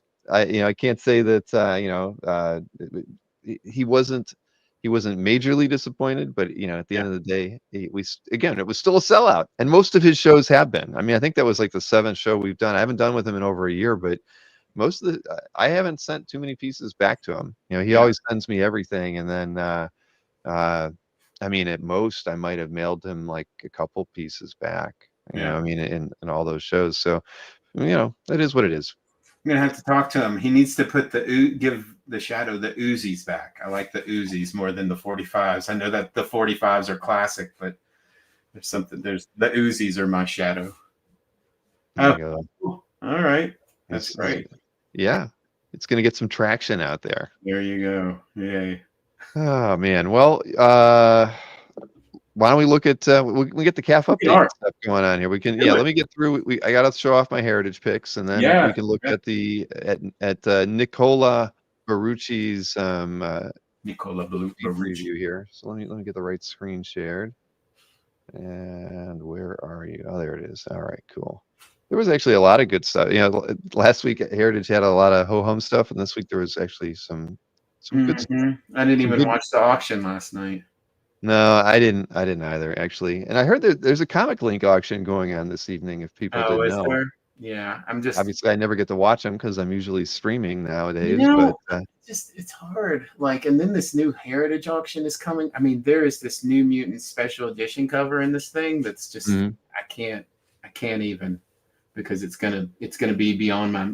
You can't justify spending unless you're just completely flush. I don't know, because I was talking to Chris about it, because it was one of those pieces that's like, the New Mutant Special Edition. That's one of the first comics that like really like blew my mind, as I was, right at the right age, 12, 13 years old. But talking to Jason and Andre, they're like, oh, that thing's going to go 200 grand. And I can't justify that in any, in any you can version. dream. What? Yeah, well, I mean, like I could sell most of my collection and make up for it, or maybe get somewhere close to there. But Mhm. And I would maybe do that. But at the same time, it's just one piece, and then you're like, well, what's the next one? Like, I don't know. I just can't do it. It's too much. I get it. Hey, I'm not yeah. So these Well, auctions. there'll be a piece that we look at that I mentioned last week, but we'll talk about it when we get to the Well, let's just we'll motor through these here. It's a Ron Lim, Al Milgram, Spider-Man, Funeral for an Octopus. You got Scarlet Spider on there and Spidey and whatever. It's cool. I mean, Ron Lim cover. This one I know a lot of people are interested in. This Oh yeah, Silver Surfer cover. I saw it get shared on Facebook. I'd already had it set up and picked up, for tonight. But I mean, come on, it's Barry Windsor Smith. I mean, that's amazing. Like, he worked on some of the dumbest characters, but it was. I mean, he's such an amazing draftsman that it looks so cool. Like, I agreed. I mean, it's fantastic. Yeah, man. So yeah, I mean, and I didn't read anything Rune related ever. I mean, I have every issue of it. Yep. I haven't read any of them. I always just looked at them and flipped through them, and then I would try to read something. I'd be like, "This is dumb." But one of the things that I noticed is, like, with Rune, I wonder if they took the vampires from Blade. You don't see that kind of that mouth. You know how I just noticed that. I wonder if they stole that for Blade. Remember the Blade movie, and they had all the vampires had mouths like that. Yeah, that is true. And it's Barry Windsor Smith and John Buscema at the same time with that Silver Surfer. Mm-hmm. Very nice. It is. Yeah, it's at 2,500. I bet it goes a bit higher than that. Yeah, what's it doing in the weekly auction? Geez, this one too. Wow. Right. I mean, this is unpublished, but still, it's Batman, Hellboy, Starman piece. So they do themselves a disservice with the Mignola pieces at Heritage, because they photograph, and when it photographs, it reflects the ink there, and it always looks so messy. You've seen these pieces; they don't look. Of course, yeah, you know? Yeah. They don't. Well, some of them do look a little bit like that in person. I mean, it just depends on, like you said, how heavy the ink is laid down. I mean, sometimes I've seen it where it does look like that in person, and other times where it's jet black and you can't see the brush strokes on there like that at all. So that one's not published? I wonder why you did it. No, it was an unpublished Dark Horse project piece, something like that. It says up in the URL. That book came out. But Yeah, this is from 1999. It says, but it was, or 98. You can see right there. Yeah, 98 was when he did the art, but an unpublished piece. we just everybody keep this Hellboy in mind when we get to the picks, because there's a Yeah, good old Snork. Now there were a couple of Herb Trimpe pieces in there, and I mean, there's a really nice GI Joe. I didn't pick that one. I picked instead this Godzilla page because I'm a huge Godzilla fan. I'm like, all right, the GI Joe page is probably of more interest to most people here, but I mean, sorry, I actually own a Trimpe Godzilla page too. So I mean, I love this page. I just, I don't want to pay more than $25 or $30 for it. I know Whatever's going on there. Like, exactly. oh, you could get this one and have, Matt Allison remake it, and it would be just blow your mind. Yeah, that's true. Yeah, well, What is Matt's going just on? amazing. Anything Matt does, I'm always impressed by. What is what is happening on this page? Is so weird. I know. What the heck, creature? How did Marvel dream that thing up? Stingray wants to know who's my favorite non-Godzilla monster. Probably Ghidorah, right? I mean, I probably drew that more than any other Godzilla creature that he fought. I remember I'd drew a Ghidorah, and I got it on the back wall of the Superhost show on a Saturday morning, thing when I was like 8 or 9 years old, and I was so thrilled. I'm screaming to my mom, look on the TV, there's my Ghidorah. I don't think she saw it, and they didn't have VHS back at that point either. So there's no record of it ever happening. I think mine's Godzuki. Godzuki. I did play Godzuki in that one meme for Dueling Dealers, so I've got an affinity for him too. That's nice. So this is a John Buscema, Sal Buscema splash page from My Love #1. I just thought it was cool. I'm like, very cool. An early piece, and I mean, John could pretty much draw anything he wanted. So I just like I think the composition's nice. It's like this classic illustration that almost doesn't belong in a comic book, and yet here it is. I just thought it was really nice. It's only $150, but anyway, good piece there. That's going to be the cheapest John Buscema splash. Probably. And then this is a Dan Adkins Doc Strange 170 page, so it's from '68, so pretty old, 57 years old. I just thought it was kind of cool. I love the cross hatching, and I don't know which character that is, but at least you get Stephen Strange out there, in an astral plane thing. He's trying to riff on Ditko a little bit, but still, it's good. I mean, come on, it's an old page. I wouldn't mind owning that. Yeah. In these books that I've been picking up, I got really, when that Paul Smith artist edition came out, I really kind of like went right back into Paul Smith. Like, you look at any Paul Smith art and you're just like, wow. But I looked up what comics he did. He did some Doctor Strange, and he did some Nexus. And so when I'm digging through these crates looking for comics, I found a couple of those, and just because I've never seen them before. I mean, that's the thing. Doctor Strange was great. Yeah, but he did like 4 or 5 issues or something, random issues. There weren't that many, and there's not that many Nexus that he did, and there's not that many. He did these little patches. He would just do these little groups of like, I'm going to do these issues, and it's fun to like when you find them, as opposed to like going on eBay and just buying them. What we got here? Oh, just Larry Wells, Mark Baudet, Cherry page. You can't usually show those off too often, but I don't know. I just thought this one was good, and so it was worth showing because. But again, there was a lot of good stuff on Heritage this week. Yeah. And then because I was not focusing in on DC at all, I was like, all right, I got to throw something in here from DC. Graham Nolan, Tom Palmer. Diplomacy. Yeah, I try, man. I got at least 1 out of 10's got to be a DC something or other, right? Is that? And, that's Tom Palmer inking that? No. What's that? That's Tom Palmer inking that? Yeah, believe it or not. Ross Jansen. Huh. You're right. Well, yeah, it does kind of have a Jansen-y feel to it, doesn't it? The way he's handling. Yeah, shoot, you're right. Doesn't look like Tom Palmer. Huh. That's funny.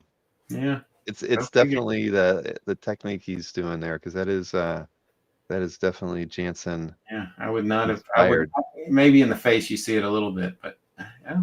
Anyway, Yep.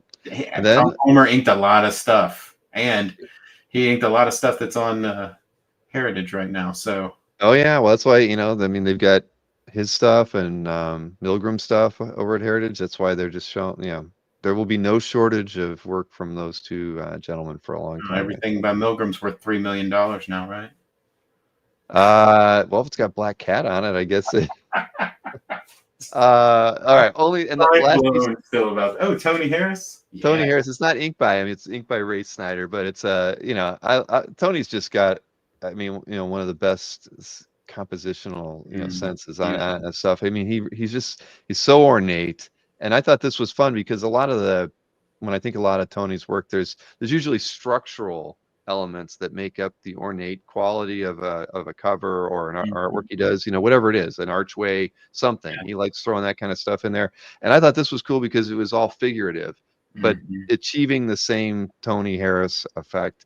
Yeah. That I mean, it's grounded in, you can see like it has, something here, but it's so minimal. Having the characters really do what he normally would do with something a bit more rigid, I thought was pretty cool. And I think we talk about this every time I'm on here, but what those guys did, because Brian Stelfreeze, Adam Hughes, Tony Harris, Carl Story being there, when all of those guys got together, I think they all influenced one another because you see each of them in each other's work. There's not one, it's purely Tony Harris, but it also has a lot of those techniques. It's like they were all looking at the same art, like J.C. Leyendecker or, something. Yep, I agree. They were definitely inspired. That's a great piece. Yep. And that was my last pick. Yeah, Gaijin Studios, Marcus. That is correct.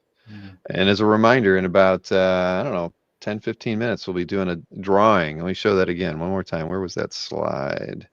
We've got a whole stack of indie comics to give away, along with a commission from Mr. Chris Anderson. He's going to throw that in there. So whoever wins this tonight will get that. And the commission will probably be delivered to Mr. Matt Sardo, who has all of the comics that are shown here.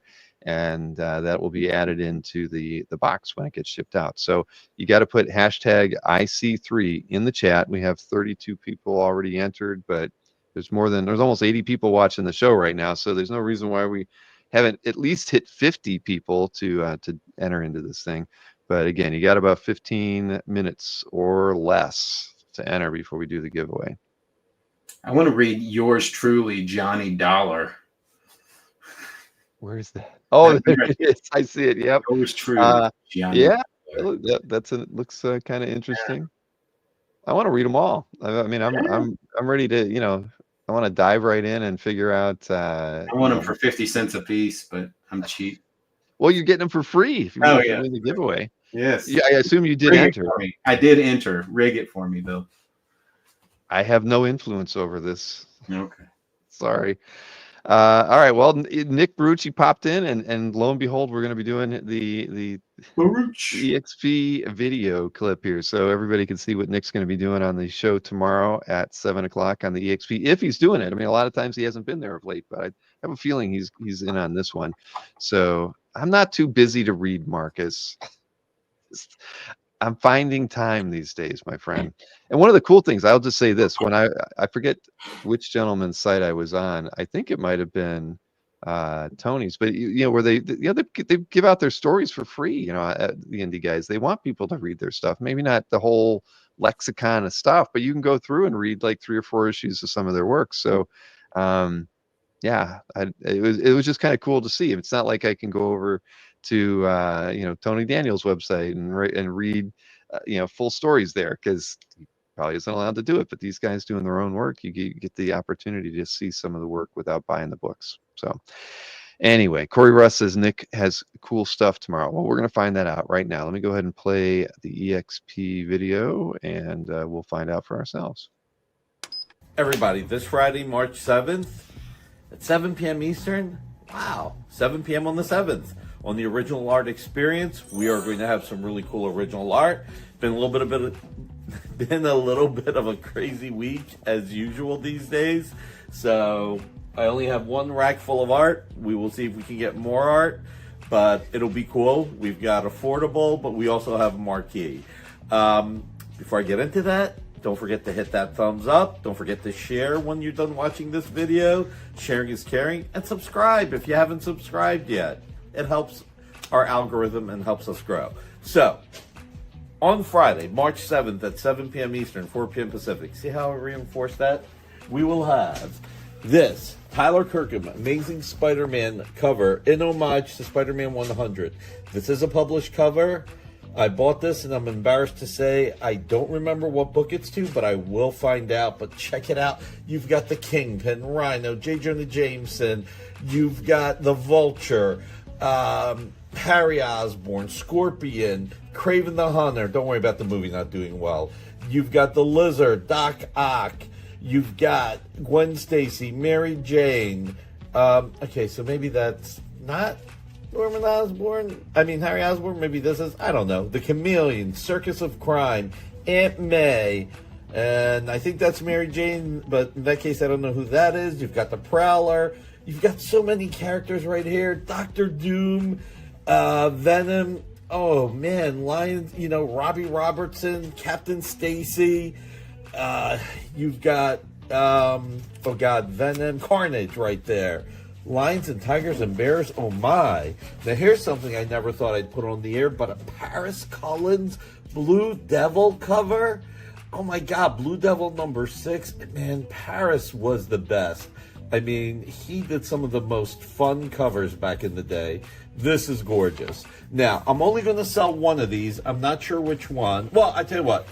I'll put both of these up for offer, and then the first one that's sold is the only one I'm going to sell.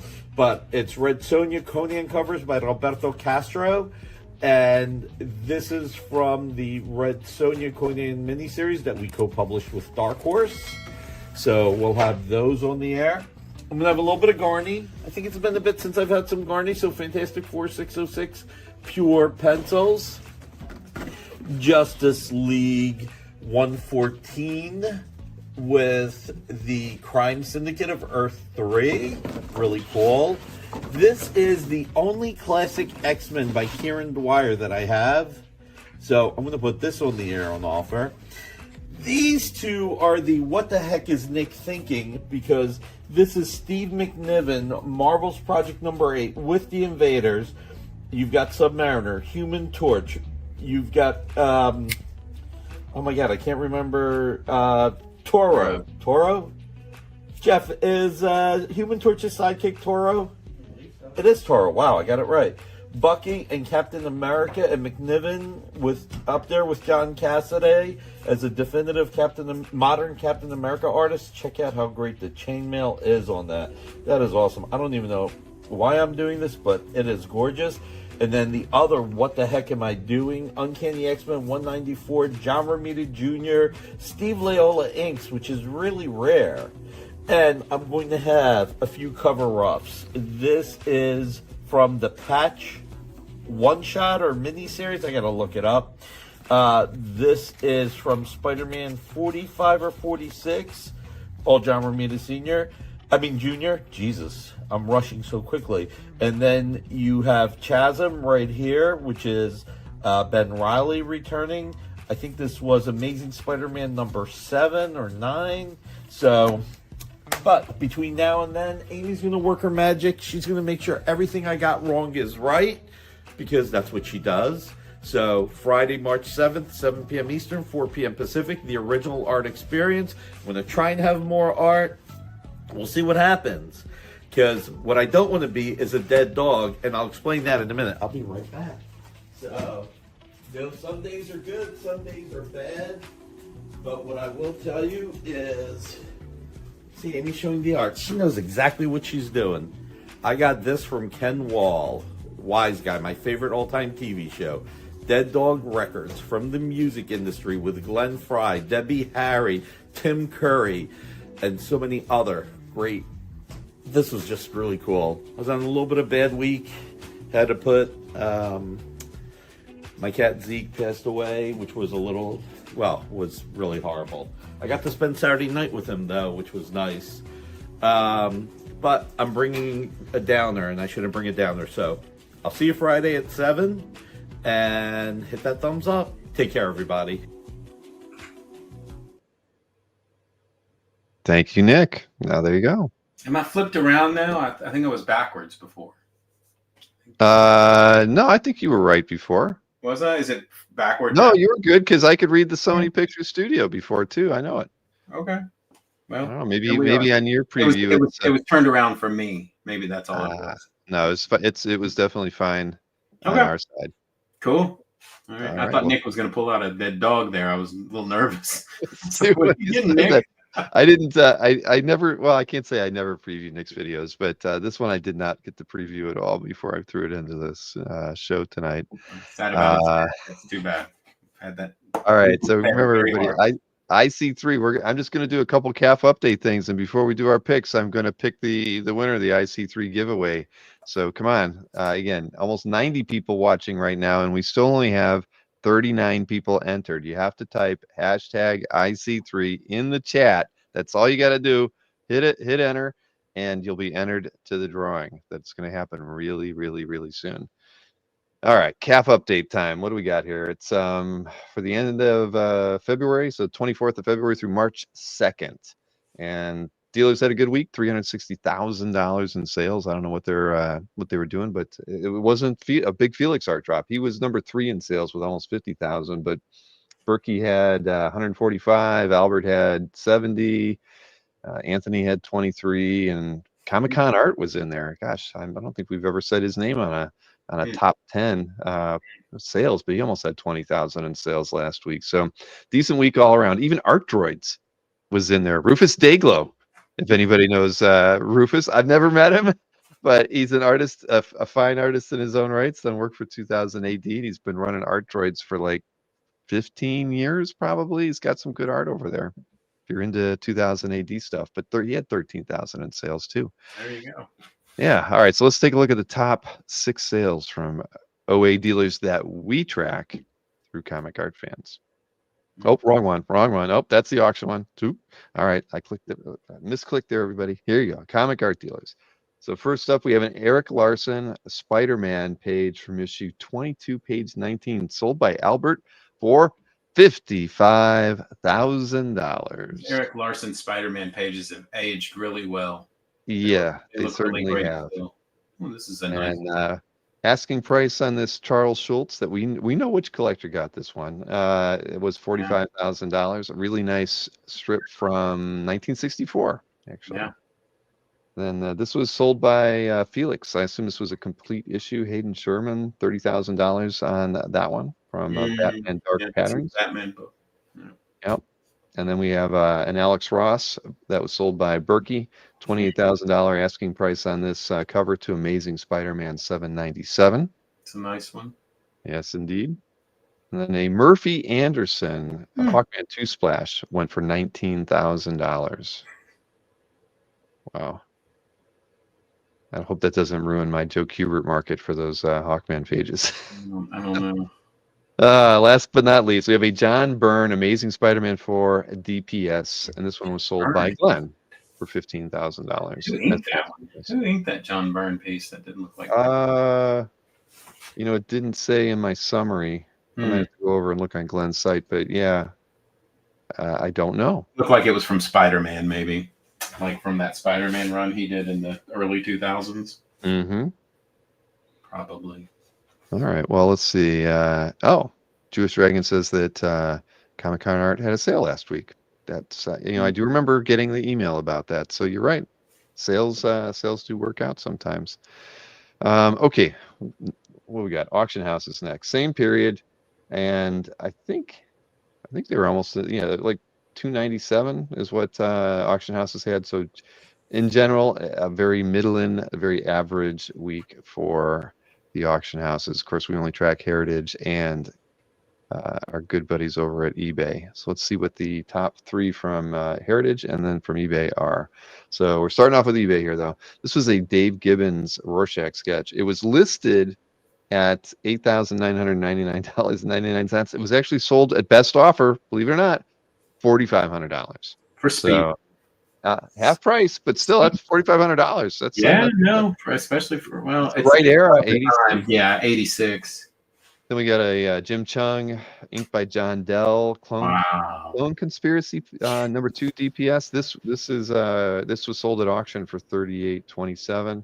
Nice. Matt Wagner, Grendel, Behold the Devil, number 3 DPS. Again, sold at auction for on eBay for $3,050. That's nice. Then so now over at Heritage we got Eric Larson. Not quite as detailed as that other one. Page $12,000. Yeah. 12 grand now. And here's the one. This is the one right here. I mentioned this thing. I did not think it would sell for this. $11,400. What? Ethan Van Sciver, Prentice Rollins, new X-Men 118 page. No, is it because it's Comics Gate? I don't think so. I mean, I'm because of the gate there. Oh, ha ha ha. Anyways, this last one, Brian Bolland, Gary Leach, 2000 AD, went for $8,400. I thought the Bolland was going to be the number 1 selling piece. Yeah. But I'm shocked at the, I mean, I know Ethan's got his issues and all that stuff, but $11,400 for, to say the least, for a 3-panel. I mean, that's more than a Quitely page. A Quitely one, right? Exactly. I mean, you like that run. You like Morrison's run on New X-Men too, but I don't understand that one at all. I mean, but whatever. Hey, somebody really wanted it.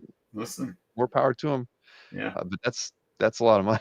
That is a lot of money. I mean, it did have big, Cyclops. It had Cyclops and Jean and Emma. I thought of that run, like, it was a running tie between Igor Cordy and Ethan Van Sciver, who was the least appropriate for the X-Men.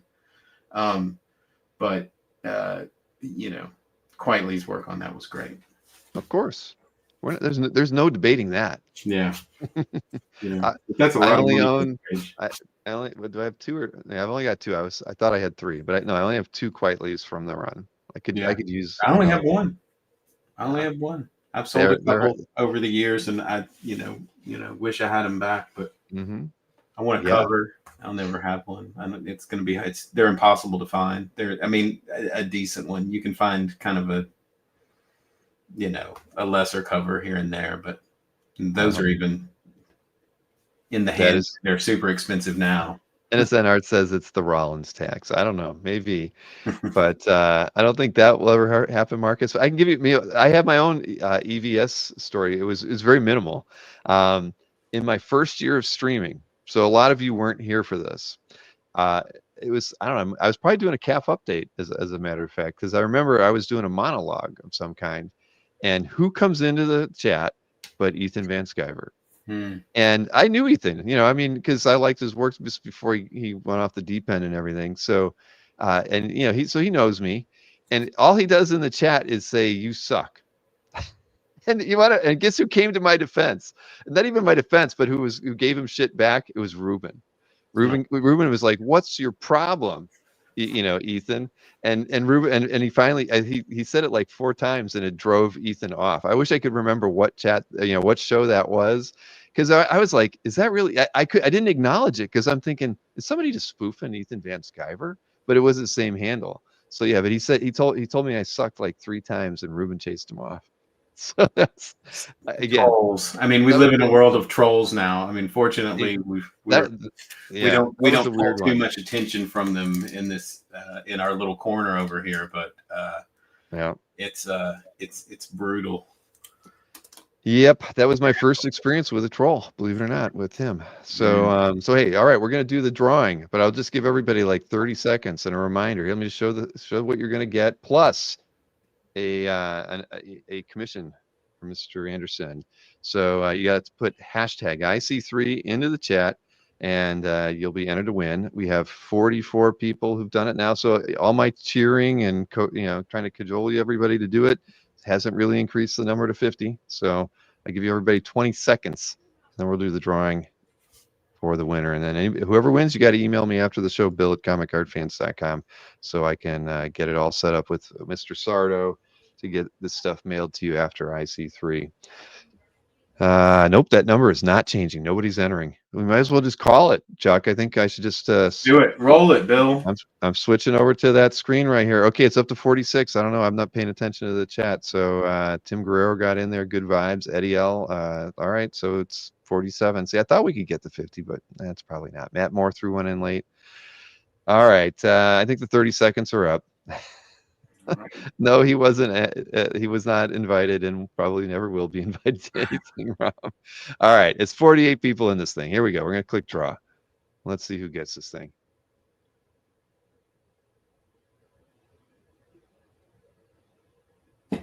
Oh, it was so close. It was so close. Right at the end. Yep, right on the cusp. Good Right vibes. there with Mr. Good- Wedding. good So job, good good vibes. vibes. Congrats, and whomever you are, good vibes. You got to shoot me an email, bill@comicartfans.com, and we'll square everything away. Give me your mailing address, and as soon as IC3 is over, we'll get those things sent out. Everybody says we don't see it. My screen is blank. You can see it, can't you, I Chuck? can see it. It's good vibes. Good Huh, vibes. nobody else can see it. Here, look, here. I'll remove the screen and I'll add it back. Can everybody see it now?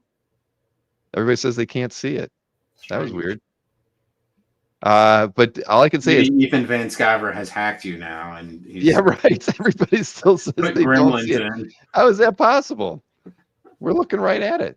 I see it. Yeah. Well, Everybody take says our word nope. for it. It says good vibes. Yeah, it's good vibes. The V is capitalized, and it's not even an S on the end. It's a Z. Yeah. Everybody's saying no. They can't. So they don't see anything. It's a blank screen. Okay. There's no way for me to like do anything to it. I can't like resize it. Well, wait a second. Can they see if you put the pics up? I mean, are they going to be able to see? That's the question. Well, this is like a share screen. Well, you're right. That's weird. You're Yeah. absolutely right. If But they everybody saw what believes you it. shared earlier. Right, we were looking at right, exactly. We Are they just trolling shared the us? heritage screen. Is the chat just trolling you? They could be, yeah. They say they just see a gray background. They're just like, oh, we don't see anything. I Didn't don't know. happen. I can't close the window because then the drawing would get all screwed up. All right. Well, trust me, everybody. And Good just for vibes. the heck of it, okay, because I haven't seen good vibes say anything in the chat, and you guys can't see this. I'm going to draw a second winner just on the outside chance I don't hear from good vibes because they're not saying anything in the chat. So I'm going to write good vibes down here. You watch, then they're going to say something.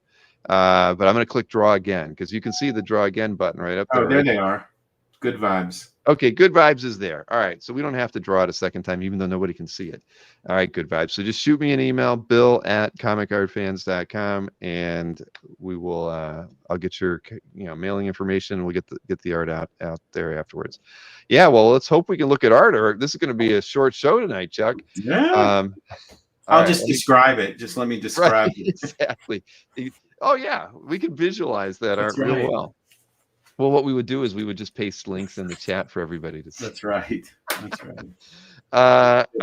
All right. I'm removing this share screen from the window here, and I'm going to be crossing my fingers and hope that we can share our art pick screens and people can see that. So let's see here. Let me present this other screen. All right, now, so I'm going to put it up here. Can everybody see this? I hope. I know, Chuck, you can see it. It's Chris Anderson's YouTube page, right? So can everybody else see this too, or are you seeing a gray screen now too? Nothing. Everybody says nothing. What the heck? What the heck's going on? We can see it just fine here in the studio, everybody. That's I'm not sure what to do. I mean, I guess I could close. I'd hate to have to reopen all of these windows because that's I preload everything. But I guess I'm gonna have to try that. I don't mind. All right, let me. That's pretty weird. You and I are seeing it just fine. Oh, somebody saw it. Turn it on. I can't. Now we see it. I just closed the window. It's all right. Well, you say it's all right, but I have to open up 20 tabs again now that they say that they can see it. All right, but I can do that. I don't mind doing it. I have to do it. Everybody, Marcus, as soon as maybe it is the curse of EVS. I shouldn't have said anything about him. I should never have relayed that story to all of you. Yeah, and now Marcus, this is going to be his new sick. It's going to be you suck. Just constant. Thanks. Don't give him any ideas, Chuck. No, you know it is. I don't have to give him the idea. I can read the Marcus mind. Yeah, he's that easy to read. We've seen enough of his. I can predict he's going to say Robert Dennis and EVS one more time in the next 24 hours. Or ask you to put on the mask and the hat.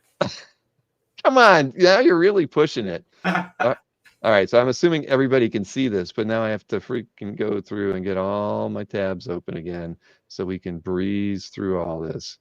But yeah. You sick. I like that. That's better.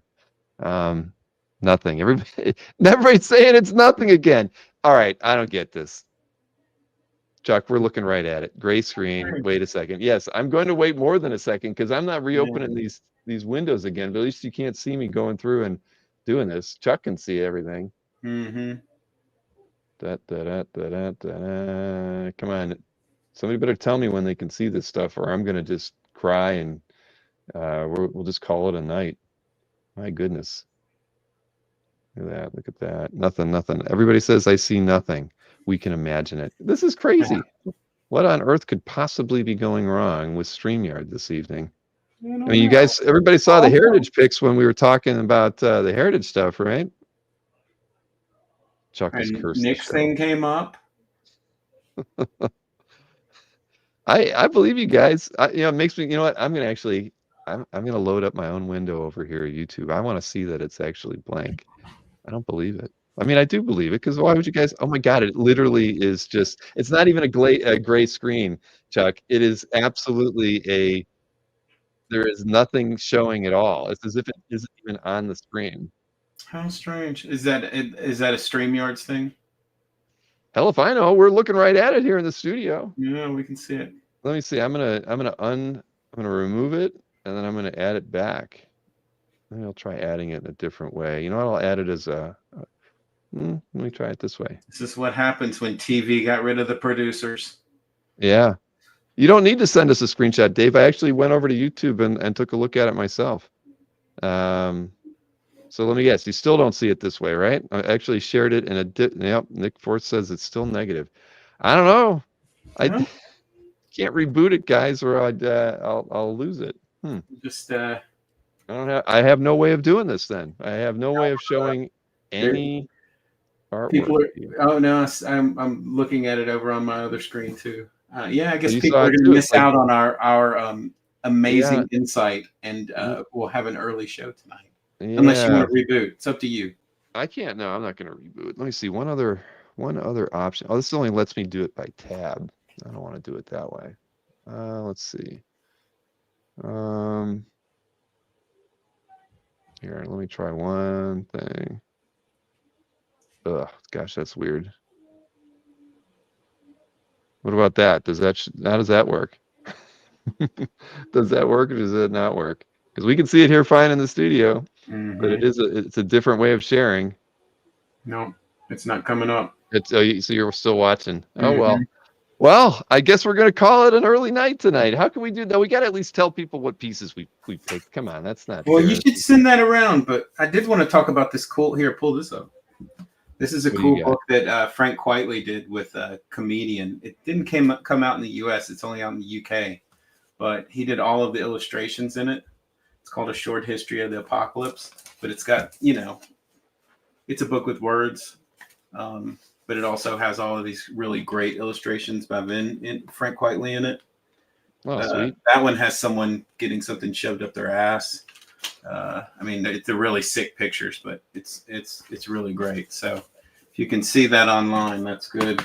I just got this thing, Arthur Adams Prelims. It's really cool. It's they're printed at the actual size. I think this is a Flesk book. Yeah.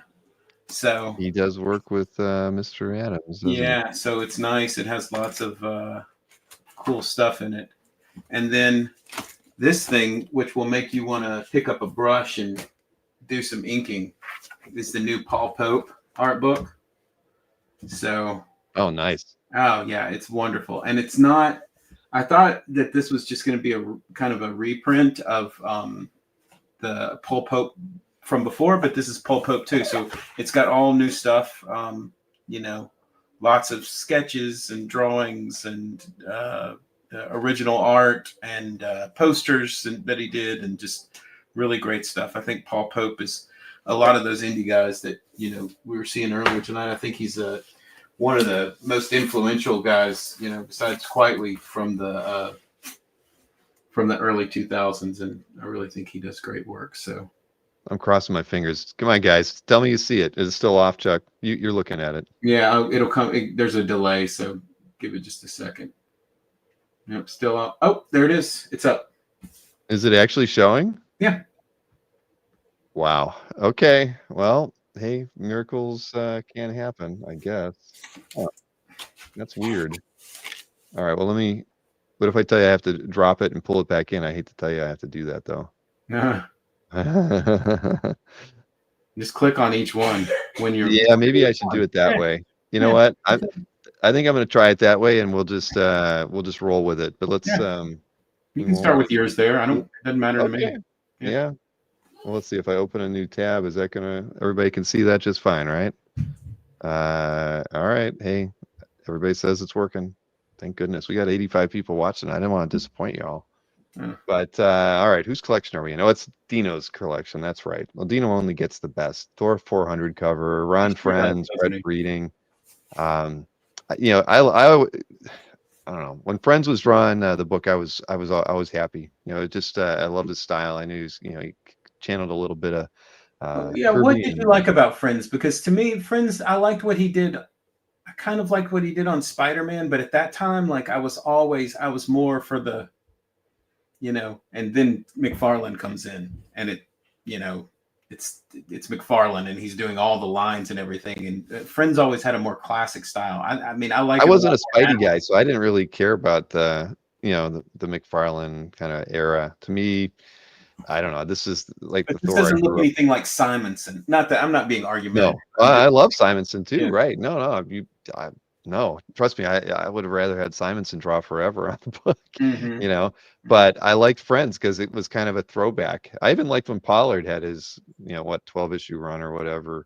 But Friends definitely was very appealing for me. I mean, I've always liked Ron's work. So it was kind of this was an easy one to pick. I mean, it's a classic image. It's from issue 400. It's supersized, for crying out loud. Yeah. It's such a great cover. Yeah. Dino, like you said, Dino only gets the best. And, I mean, it's the classic Thor pose. I mean, he's just so imposing. That's a beauty. I mean, if I had my pick, I'd take that. I don't know if you saw the interview I did with Zadok, where he had that Kirby Thor Tales of Asgard cover. Mm-hmm. But I mean, this is awesome though. If I was going to get a great example, I'd pick this one up. But hey, before we switch to the next image, Warren wanted to know, where did you get the Art Adams book? Actually, my mother-in-law got it for me for Christmas. So you don't know? It's through Flesk. It's through Flesk. It had been through Flesk, right? Yeah, it was through Flesk. So I think that they have a bunch. FLESK, Flesk is the company, and they did the Art Adams sketchbook, and they also did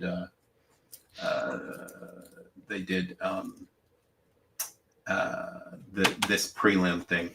I'm going to turn my camera off for just a second, say goodnight to my daughter. So go ahead with this one. Okay. These are my picks. I'll run through them.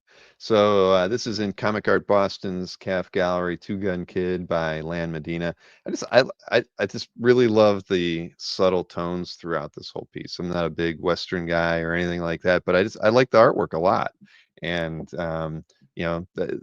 there's just a lot of nice things going on this piece. I'd love to see it in person because I think the details don't really, the scan doesn't really do the details justice on this piece. There's a lot of just subtle stuff going on in the dust and the smoke, beneath him, and great. Say goodnight. I thought she was going to bed. She is. I'm not going to bed. I'm watching the video and then go to bed, and then I'm reading. There you go. She's getting taller. I remember when I first met her at Heroes, she was like a foot and a half shorter than that. She's getting ready to go into the 6th grade, so. Oh What? my goodness. I don't know. She's growing. I'm listening to you. I sent it to Ava. Oh my god. She's listening to us on. Now I gotta all watch right. what I say. Oh yeah, this is thanks, great. Marcus. It is great. Lamedina, I mean, I think his work is really awesome, but I just thought this piece was very nice. I just like the the Yeah. subtle wash tones throughout this whole thing it's Mhm. great. I'm sure Comic Cart Boston was very happy when he got this piece. Yeah, for sure. And it's so cool. The wash in the background, and it's so great that these artists are so is this just a pinup? What is this? Yeah, I think this was it a commission? Commission. Yeah, it was a commission. Yeah, that's there it is. I mean, The it's so great that Jiggy they're Hudson. able to like do all of these commissions of these, like I don't know. I just think it's amazing. You get to see all these different interpretations of all of these different characters. Yep. Yeah. Then this is in Kavi's Calf Gallery. It's a gaming character from Final Fantasy. I just like the as an illustration. I just thought Mhm. I love the composition. I Yeah. didn't know what it was from, but I really I like it. I like it a lot. I mean, but I had no idea it was from a gaming character until I went and read the description. But the imagery is just it's just really appealing. I don't know. I mean, I'm just looking at it now. It's like I think I'd be happy to own this illustration. I think it's great.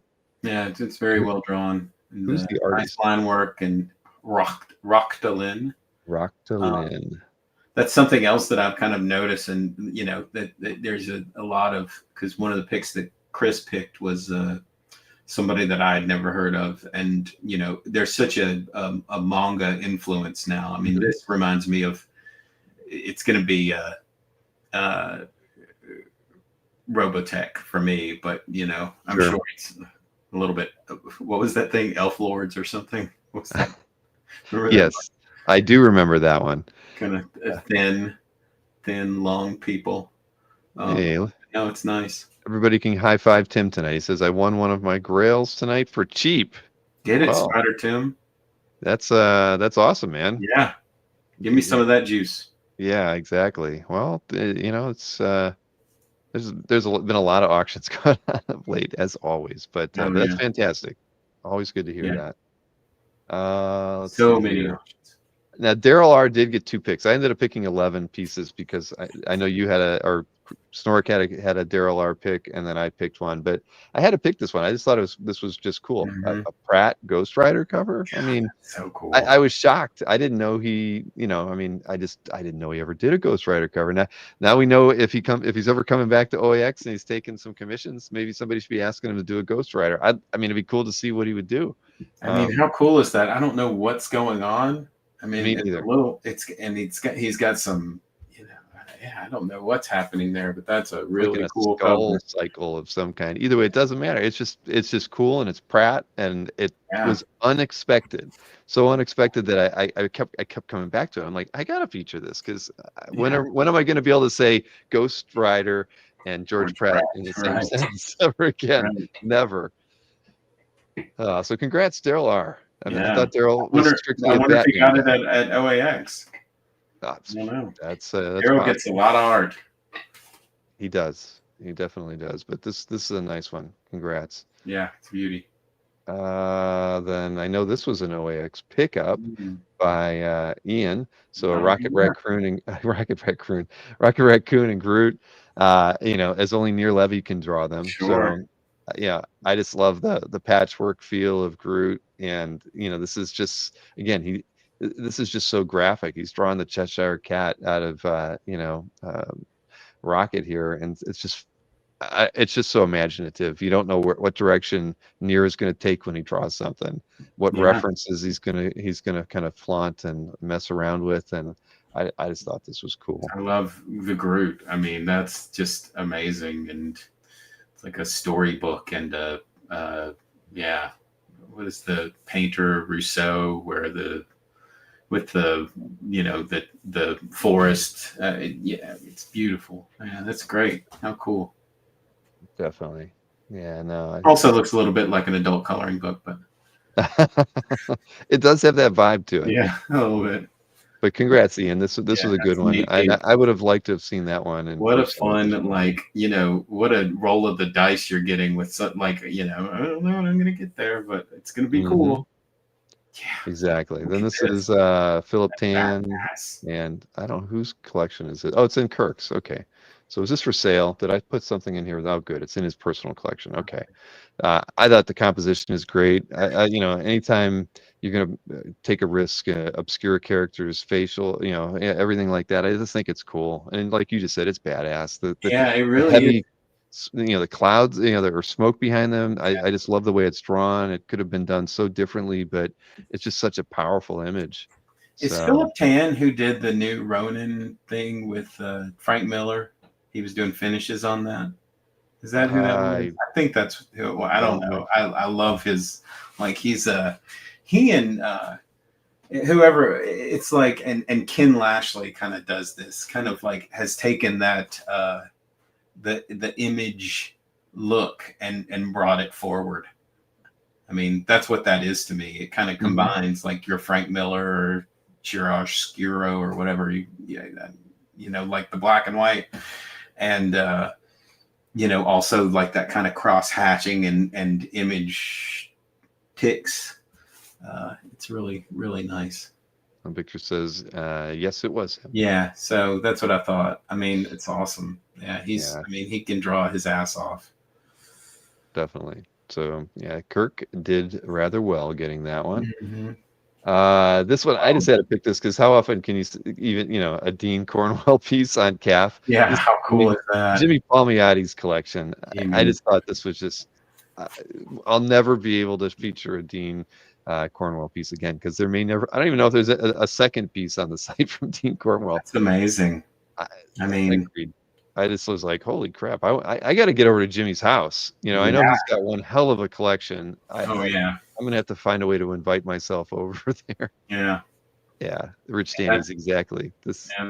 How cool. So, even at this resolution, like seeing a JPEG of a screenshot, you can still see the brush strokes. You can tell what's going on in the image. That's really cool. Yeah. Very nice to see. So for those of you wondering whether or not we like illustration artwork on CAF, we love illustration artwork on CAF. So please don't feel like because we're called comic art fans, you only can post comic art there. Yeah, Dean Cornwell. I mean, he's one of the tops. Along with Landecker and of course Rockwell and those guys. Can you hear me? Okay, am I talking too low? No, talking too loud. So I think it sounds fine to me, unless anybody's going to complain. Cool. Oh, they'll complain. What is it an illustration from? I don't even know. Saturday Evening, the American Magazine. Yeah. 4 by 4 feet. I didn't even read. I had no idea. Wow. Just hang in your den. This guy. What I don't even know what's going on there. They're trying to. Did something get in the house and they're trying to kill it? It looks like the window's busted, but either way, great image, and I'm happy it's on CAF. But I'm gonna have to talk with Jimmy. What is the company that put out those great art books? I think I've got a Dean Cornwell one over here, but like they've got really good books of all of those guys. Robert McGinnis. It's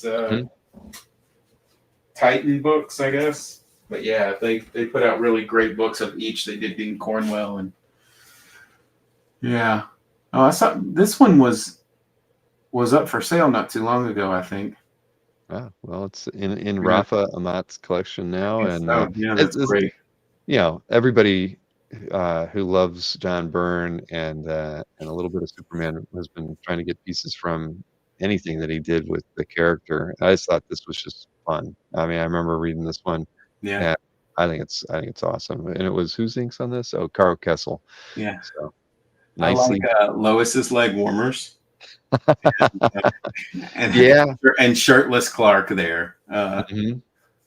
Lois Lane knows Clark Kent is Superman. My gosh, how many times has Superman thought that before? So many times. So many times. But yeah, this is great. Fun humor. You get the what is the professor thinking in the back there? Oh boy. Anyway, so congrats to Rafa on that one. Let's see here. Oh, that's right. I picked this one. It's Dan Hip. Oh, yeah. Yeah, just a commission style piece, and I just think it's fun. I've always loved Dan's style, very bold, and and stylized. I mean, not like a Mannix or not like anything like a Fred Hembeck or anything, but just fun, very. Simplified, I It always is, think. yeah, very simplified, but I mean, man, it's crisp though. I mean, Yeah. I love the way the Rhino's drawn. Venom, I mean, Carnage. Mhm. I think this is great, and it's a fun homage to Spidey, and with him holding all the villains up like that, I think this is really great. Yeah, it's really cool. I mean, yeah, I think some of these. I mean, it's kind of one of these indie guys that's kind of. It's not. They're not just indie people. They're not like, oh, I don't draw Spider-Man. They're like, no, I love Spider-Man, and I also can, I don't know what else he does, but it's his style is instantly recognizable. There's Morbius over here, Marcus. I don't know if you saw that, but he's right there. Yeah. And it's got Black Cat on it, so it's worth $3 million. That is right. That's right. You got Shocker in there too. Wow. Just got everybody you want, and you get J. Jonah Jameson in there. Was he really a spider? Was he a villain? Was he? I never thought of Jonah as a villain. Yeah, he just helped move the stories along. Yeah. Oh, that's true, Sting. He does draw for Marvel Snap too. I forgot about that. That Marvel Snap. That's what it was. I see his cards on there. Oh, okay. Well, there you go. Stinger says antagonist, not villain. That's the way to put it. Thank you, Newell. Okay, I think I got 2 more here. Just 2 more, because I did have to pick 11. So Eddie Barrow's piece, I just thought this was cool. And what does it say? It's Titans United Blood Pack 1. I don't know what that is. But either way, I love the composition. I love the buildings. I just think this is a really cool piece. I mean, it's like his choice to kind of, I don't know if those were probably done. Did they fill them in with blacks? I don't know. I mean, it's just kind of a interesting way to leave it. But I like this piece a lot. Even though it's got a lot of characters. Clouds, those, really highly detailed clouds up there at the top. It's like Franklin Booth clouds. Yeah, it really is. I mean, the lighting on this is cool. I mean, yeah, this is a nice piece. Look at the reflection of the other buildings in that one. I mean, the more I look at this, the more I like it. So, I mean, Barrow's work is always pretty dynamic and. But yeah, this is slick. Who's Calf Gallery in? Where are we at? There we are. Miko Beto, 4-year veteran of Calf. Okay, cool. Well, congrats on that one. I like on there. And then the last one that I picked from it's a Von Randall artwork and Michael Reyes Calf Gallery. I just like Von's stuff. He's especially his finished work just blows my mind. I mean, some of the looser stuff is great, but when he's doing stuff for publication, I just think he's tight and his stuff is great. And this one in particular, that's so cool. Like, I'm not a big Spawn guy, but I mean, I bet if you are a Spawn person, like this is what you want. This is exactly what you want. You want lots of skulls and chains and giant axes and exactly, and you're right, and giant skulls too. Yeah, no, nothing wrong with this thing at all. I like it a lot. Von's great, but it is sick, Marcus. I could even say this is sick. There you go. And Vicente over at Facebook says spawny. Very spawny. And metal. But I love that. Yeah, no, I like the. Oh man! All right, so now everybody has to know Chris Snort got sick.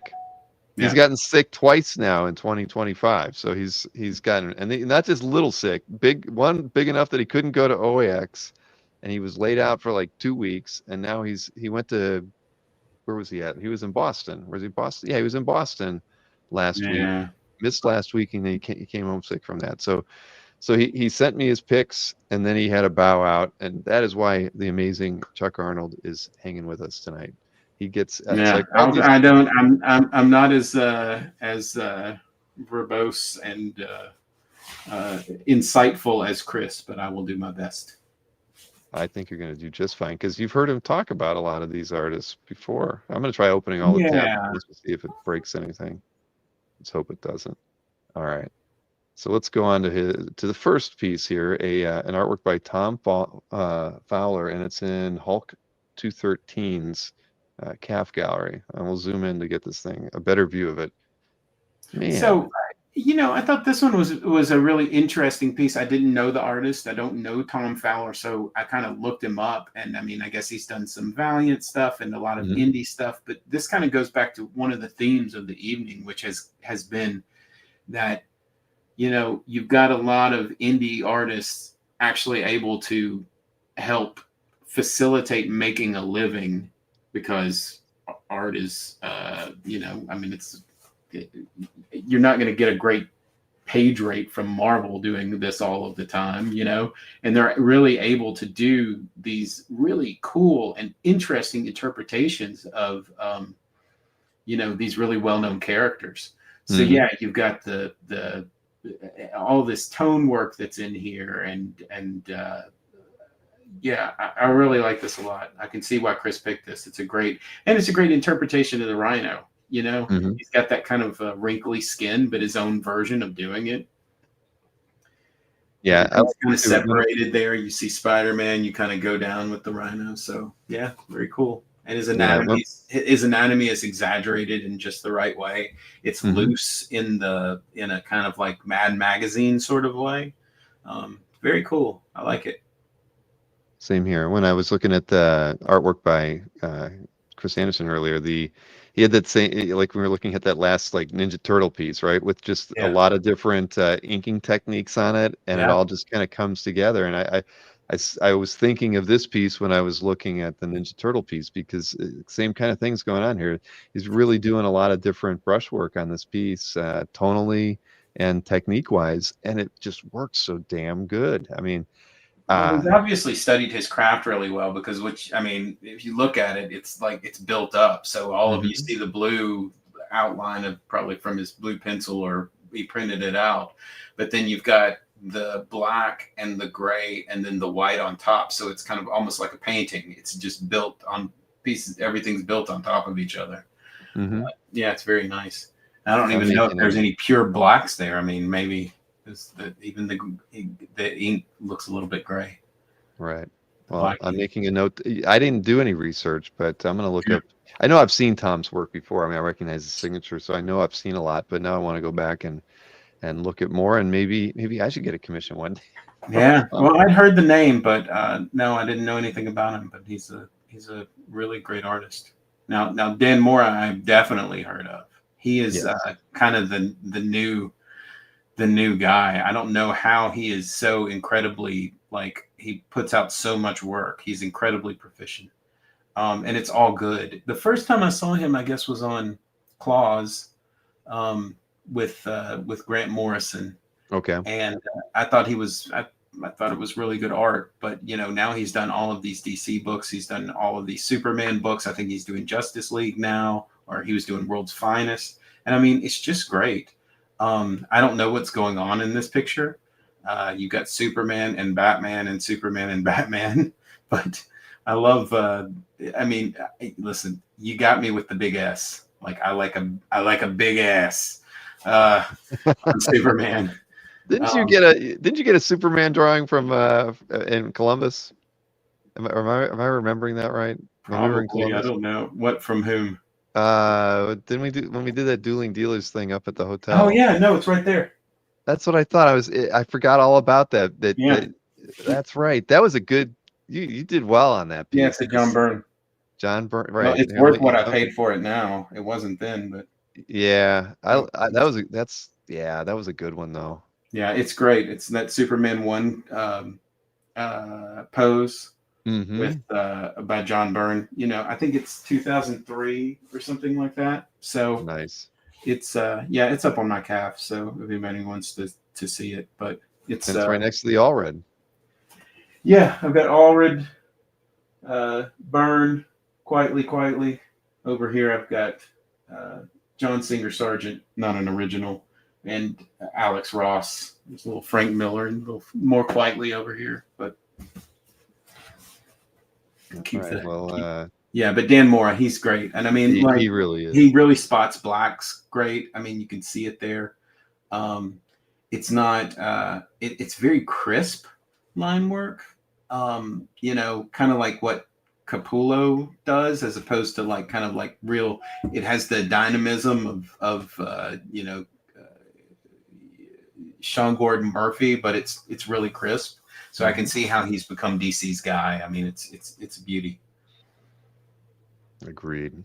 So whose collection were we in here? Abraham Madame Peel. So congrats. That's a good one. Open to offers if anybody Oh my wants gosh. it. 20 years on calf. My goodness. All right. Abraham. I like that, man. And it's funny. I feel like I've maybe never stumbled in their gallery before. I had to have in 20 What do years. they have? Where go to their gallery? You're right. I'm kind of curious now. Yeah. Let's see. What do we got? So look, Ron Friends right up there in number one.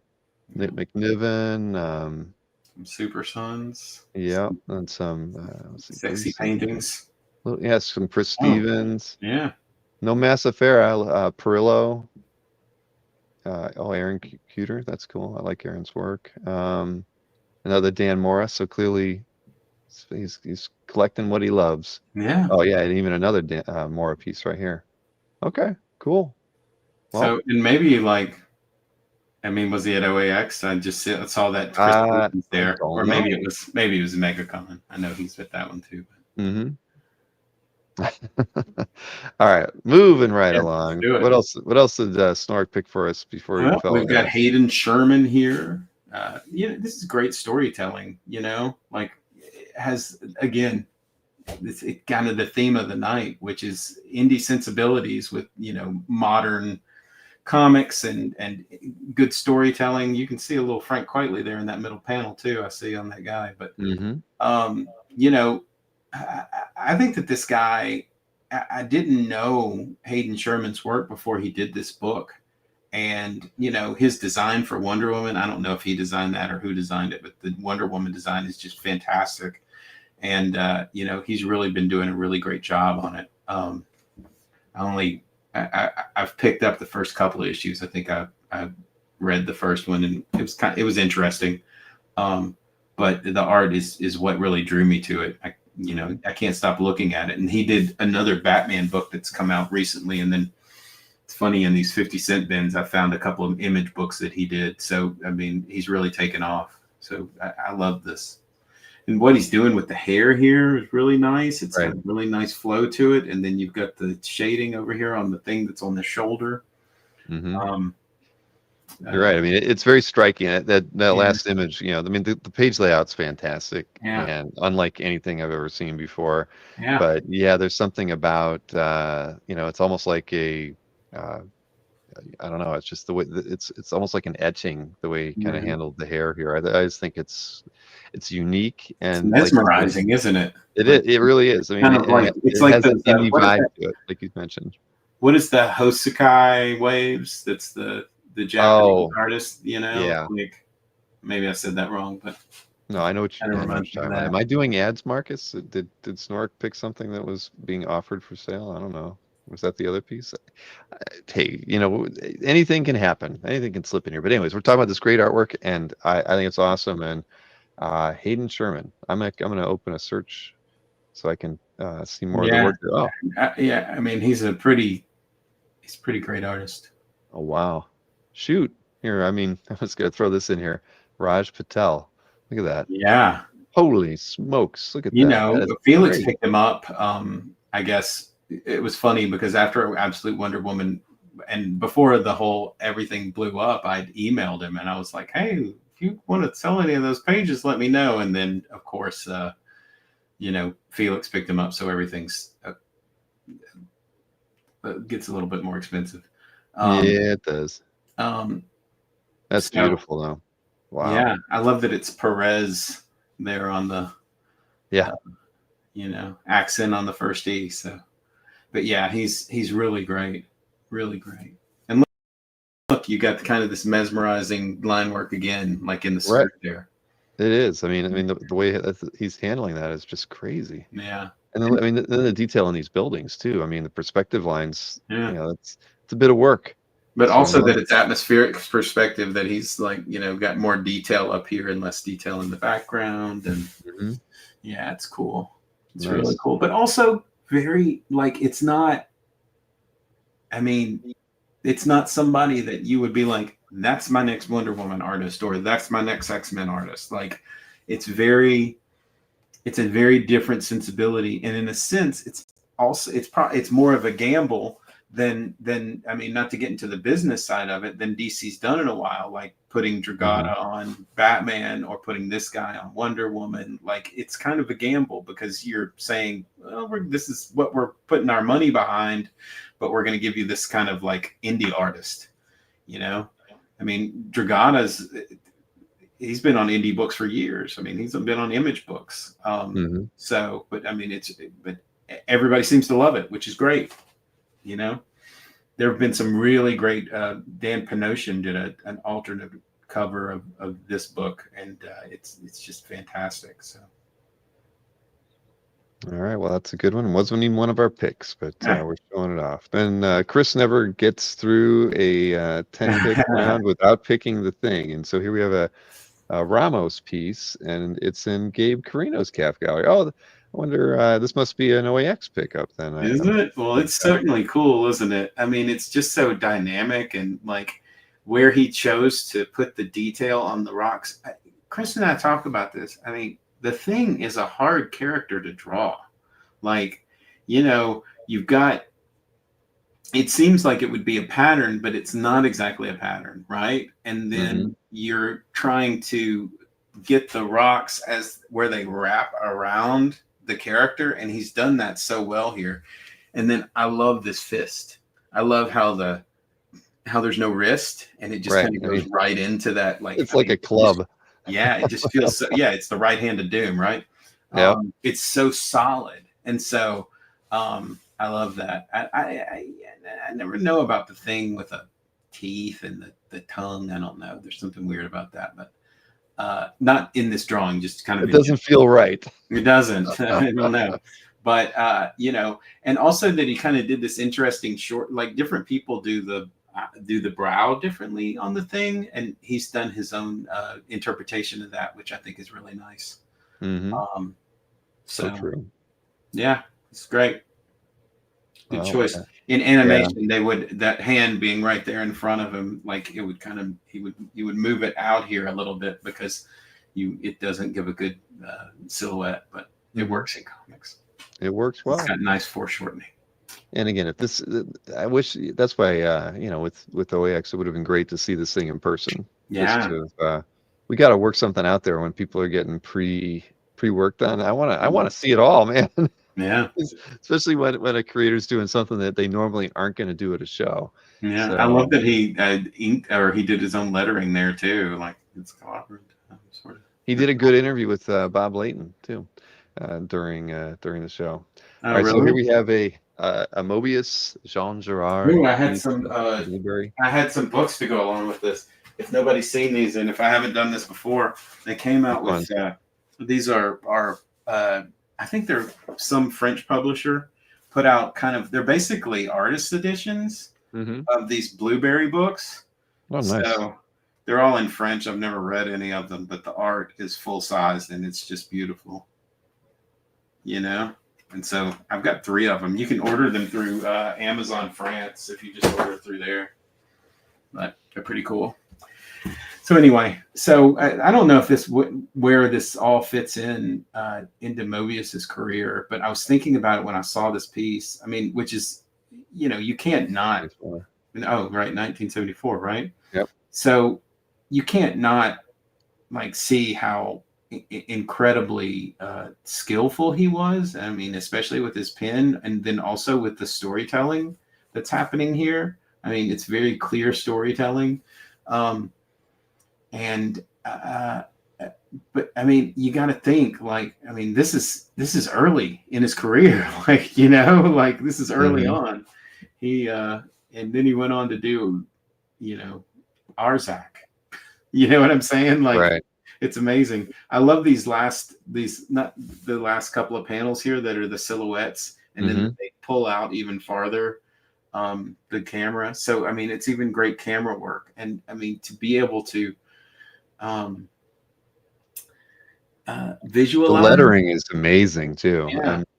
I can't read it at all, but just the word on, it's just this. It's Well, and I mean, I guess Mobius is doing, or is doing all of this, and so just like it's just it's beyond me. Well, you see a little Harvey Kurtzman there, don't you?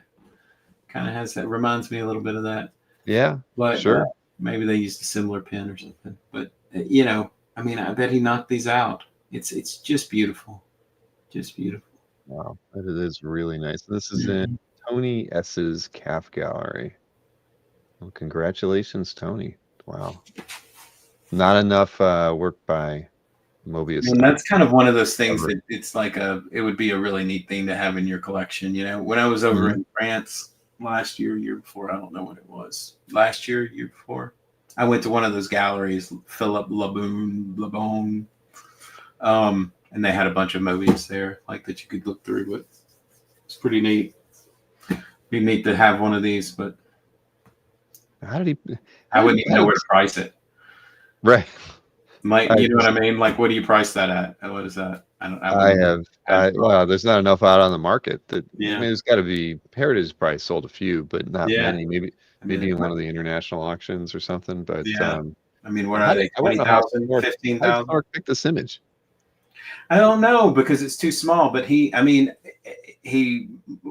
I have talked about Keith Giffen quite a bit lately. So this is one of those things when Keith Giffen. Now, this is an interesting one because Giffen, Terry Austin inks too. Giffen inked by Austin. It almost, some things kind of fall apart in here because Austin does that like fine line pen work. But it's a really interesting cover. This was like I said, I just picked this book up. I found it in one of those 50-cent bins, and it's a crossover between all of these different Jack Kirby characters that Topps had. And so Giffen was doing a lot of those books. And I remember, Giffen was highly influential.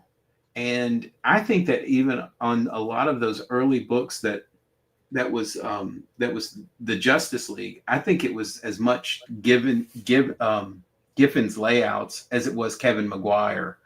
Kevin Maguire was doing his Kevin Maguire thing and doing the finishes, which is what I kind of appreciated at the time. But Giffen really just does beautiful work, I think. And I've learned to appreciate it in the last, 2 years. So maybe I had to hit 50 to be able to appreciate Keith Giffen's work, but now I love it. And I've gone back and then going to look at all of those weirdo Lobo books that he was doing, and then a Trencher, and like he's just doing this all line style. And then I read this interview with him, and he was talking about, oh yeah, I did this line style because I was like, I can do this style, and this is my new style, and I can do 3 pages a day this way or something. Like, I mean, he was just nuts. Like, he's just such an interesting individual. Yeah, it looks completely different color, doesn't it?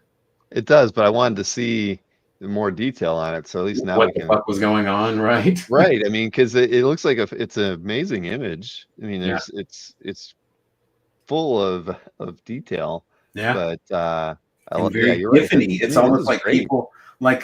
People are really dressed in these clothes, but then he also has this very specific, kind of European spot blacks, weird style. Mm-hmm. That, again, when I was a kid, I hated it, and now I love it. So go figure. Tell me people can't change. I like this a lot. I'd like to see a better scan. Yeah, me too. Me too. Palmiotti inks on the interior too. Yeah. Cool. Yeah, and it's Giffen drawing it, so it's pretty cool. All right. James. What got me into Giffen again was when I was digging through boxes, I found this book called Video Jack. Okay. It was a Keith Giffen book from the 80s, and like this guy gets taken and he's in the television screen. I don't know. It's a weird book, but it was pretty cool. Anyway, James Heron. I was wondering in this, I was like, where is the gargoyle? Right. Heron's got such, I mean, you know, like it kind of has this street style to it, right? Mm-hmm. I mean, that's, I was looking at this and I thought it was really cool. I mean, you know, Batman hanging out in an alleyway. I don't know what more is there to say about it, but this one's cool. I like this, how he did the shadow of Batman Mm-hmm. up behind him. I Sure. like the ropes hanging down here and how loose these buildings are around him. With the silhouette of Batman right there in the middle. It's very nice. James Herron's great. I don't know what he's sitting on either, Rich, but it works visually. It works. Yeah, he's perched on something. Very Get narrow. lost in get lost in that cape, huh? He's not hiding. Now, another great pickup by Daryl. Mm-hmm. Butt on wall. It's something like that.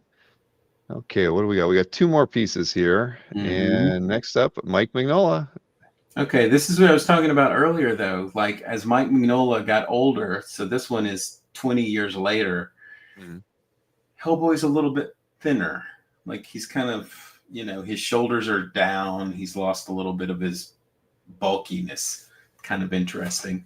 I wonder if that's a commentary of the artist in his own mind, or, you know what I mean? You never know how these things turn out, but They evolve, right? I mean, is it shorthand? Does he? Yeah, I mean, look right. at how thin Hellboy's left wrist there is there. I mean, it's Well, I mean, you know, if you're going to draw a single character for a long time, you got to keep finding visual interest in it, right? And I imagine, you know, Mike needed to just keep evolving the character a little bit to stay to keep it fresh for him. I don't know.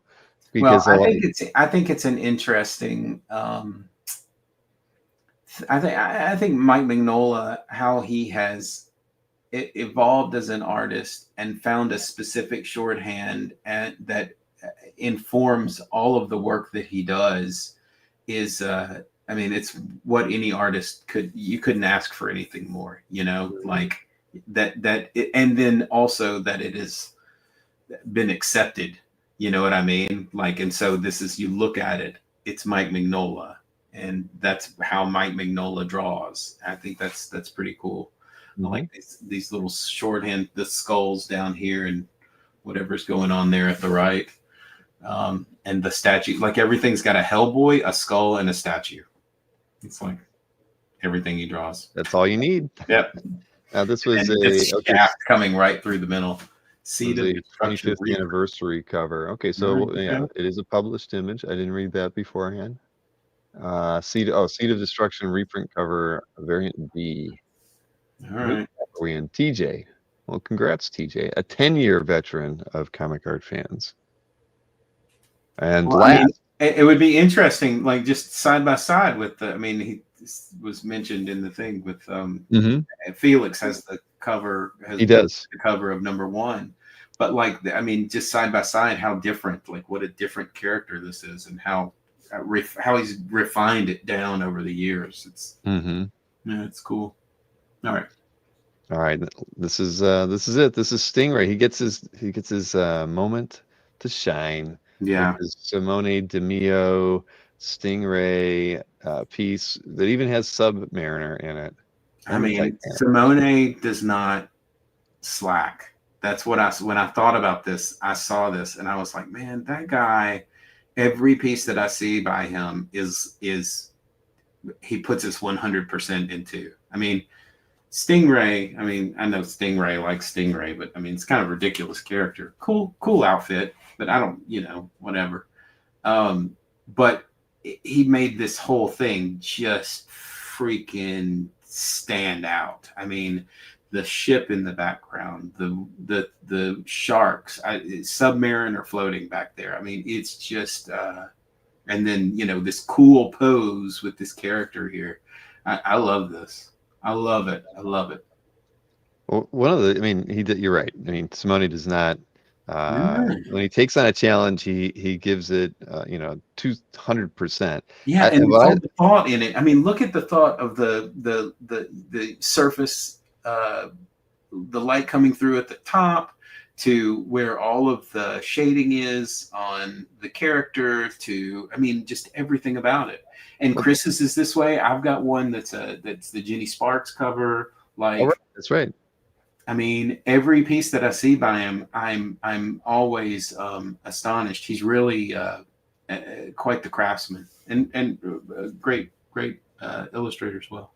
Well, the composition's what gets me on this one. You don't see Stingray's hand over here, and he's not showing most of the hand over there. Right. I love the fact that these the sharks, 2 of them are off. I mean, he's like really just, it's dynamic in a lot of different ways, and that's not something a lot of illustrators would do. I mean, I just think very confident. Exactly. And this kid's, I mean, I call him a kid, but I don't know how old he is. He's young. I mean, to me, he's just getting started, and we're seeing him start working in Marvel. I mean, I'm excited to see what the hell he's going to do next, right? Because I mean, now he's moving into my territory. But it's just going to get more expensive. That's all. It is. But I mean, he's got a very unique style, and it's gonna be cool to see where how he grows over the years and everything too. But Stingray Newell, man, you hit a grand slam with this one. Mr. Arrow face. It's the arrow right down that. Hey, I get it. I see it. He's 32. Okay, so he is a kid then. He is a kid. Yeah. He's just getting started. Right. He's teaching art over in Italy too. I think he's really he's got a lot of stuff going on in his life. I mean, he's a very interesting guy. Yeah, I mean, I'd love he'd be what we've done. We kind of interviewed him on a Comic Art Live panel, but yeah, I'd be cool maybe in a year or two to get him on after he's advanced a little bit more and get a different perspective on things. Yeah, I didn't know who he was until like you guys brought him on here. I mean, again, but I don't read Batman now, so Right, I didn't either, but I was seeing his art pop up on CAF, and same thing there. Until I talked to him, I really wasn't super familiar with his work, but anyway, it's striking, it's unique, and because I think probably the first time I saw it, I thought, is that digital? What's that doing? Well, yeah, exactly. But the cool thing is, he's a young guy who, at the age of 32, would have been influenced by digital imagery and work that was non-traditional, and he's pulling it into his traditional work, and I think that's cool. I mean, he's influenced by the artwork and the media around him, and it comes through in his work. I mean, he's reveling in it. Yeah, no, it's great. It's great. What did we see the book with? Gu wanted to see what book you got that had the Nick COA with it. Do you have it sitting there? It was a Fighting American Rob Liefeld book. It's over here in the stack somewhere. I don't know. I think Gu might want to make an offer on it before here's the COA. All right, let's full screen this one. All right, Nicola. There it is. Here it is. Fighting American Dynamic Forces alternative cover. A total of 50 cents. All right, there you have it, Gu. It's got the seal. It's got the foil, the hollow foil on it. You can't fake that. The book's in there somewhere. I don't know. There was a whole stack of like Rob Liefeld's Fighting American that he did with Stephen Platt, which was like just remade like Captain America stuff, but it's kind of cool. Again, I haven't read it. I've just looked at the pictures, but there's all kinds of stuff and 50 cents a piece. Who cares? You can't go wrong at that price. That's right. Well, Chuck, thank you for sitting in for Mr. Snork. Thank you. It's always a lot of fun. You're always welcome to pop on here, and next time you come on, you got to be doing your own picks. So. Oh yeah, we'll do that next time. I mean, clearly you had some time in the last week or two because you've been doing these fun videos, Manic Galactuses and whatnot. But also, I'm just, I don't know about everybody else, but I'm on CAF at least 5 times a day. So, yeah, I'm sure you are too, but that's your job. I can't help it, but yeah. No, I'm always looking. It's always fun to see what pops up, what's for sale, what's getting the emails throughout the day. I love it. It's kind of insane. I don't know what I'm gonna I'm going to Como in a couple months. You are? Okay, Yeah, cool. we're going to be over Lots of there. pictures. Yeah, I will. Yeah. We're going to be over there. We're going to be over there the next week anyway, doing like visiting. So I was like, I'm never going to be able to have another opportunity. So I was like, I'll just go a week Oh, you early. got to do it if you can. Yeah, especially if you have another trip around it. I mean, that's why I've never gone. I couldn't justify doing a single, that being my only thing. I'd have to. Yeah. And Maureen never wanted. I've asked her before, like, even before the pandemic, I'm like, would you go to Italy with me? She's like, nah, I don't really want to go to Italy. So it's Well, like, if I plus can't get my Abby's wife still to in go, then what school. fun? I'm not gonna have any good time. I'm just gonna be doing art. Well, and also Abby's still in school. I mean, we could have focused an Italy trip around it, but Abby's still in school. When Como, every year, it's like the week that she gets out of school. And so this year, with the week that she gets out of school, we're going to the UK and we're just kind of going north to south. And so I'm going to fly a week earlier and go to. Well, then you're getting some fun out of it then. I'm going to go to Como, and then we have some friends in southern France. So I'm just going to go stay with them for a few days until Abby and Mindy get there. So, hey, before we sign off, Black Viper of Dorn is right. When I mass clicked and opened up all those windows, I missed one. I missed one image. We have one image that we missed here, Chuck. Do you remember which one that was? The Scarlet Witch. Yes, we did. I shouldn't have done that. I knew it. I shouldn't have opened all those windows before while we were on there. But there we go. So let me get my like on here. This is in Black Viper of Dorn, better known as Seamus, over on Calf Dawn McTeague. Did you know this artist?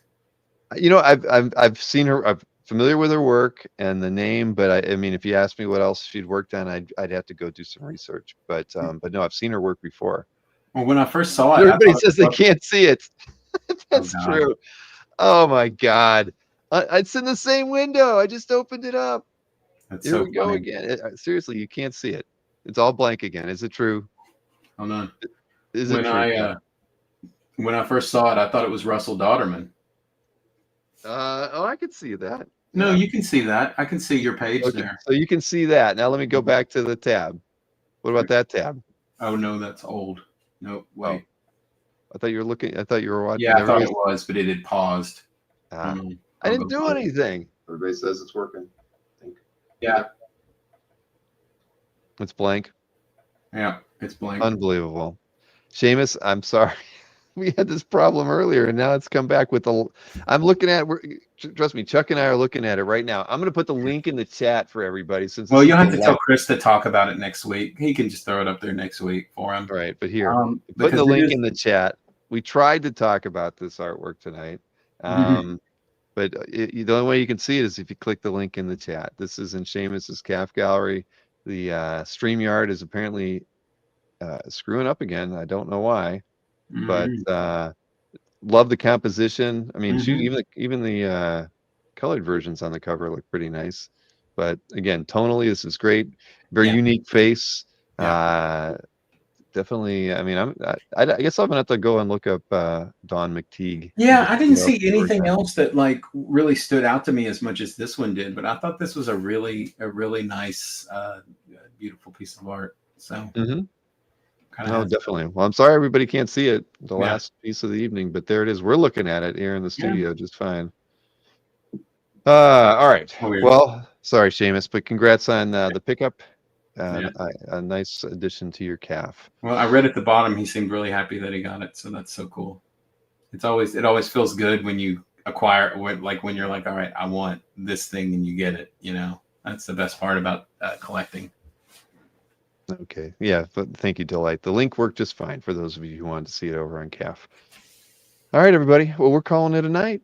We're, thank you for hanging out with us. Congrats to Good Vibes. Don't forget to shoot me an email for winning the IC3 box of goodies and a sketch from Chris Anderson. So that's awesome. Thank you. Are these artists on tomorrow night? When are they on again? Yeah, 8 o'clock tomorrow. Matt Sardo is going to host a show where I don't know how many of the artists are going to be on there, but they're going to be brief interviews and just probably talking a little bit about what they're bringing. So it'll be 8 o'clock.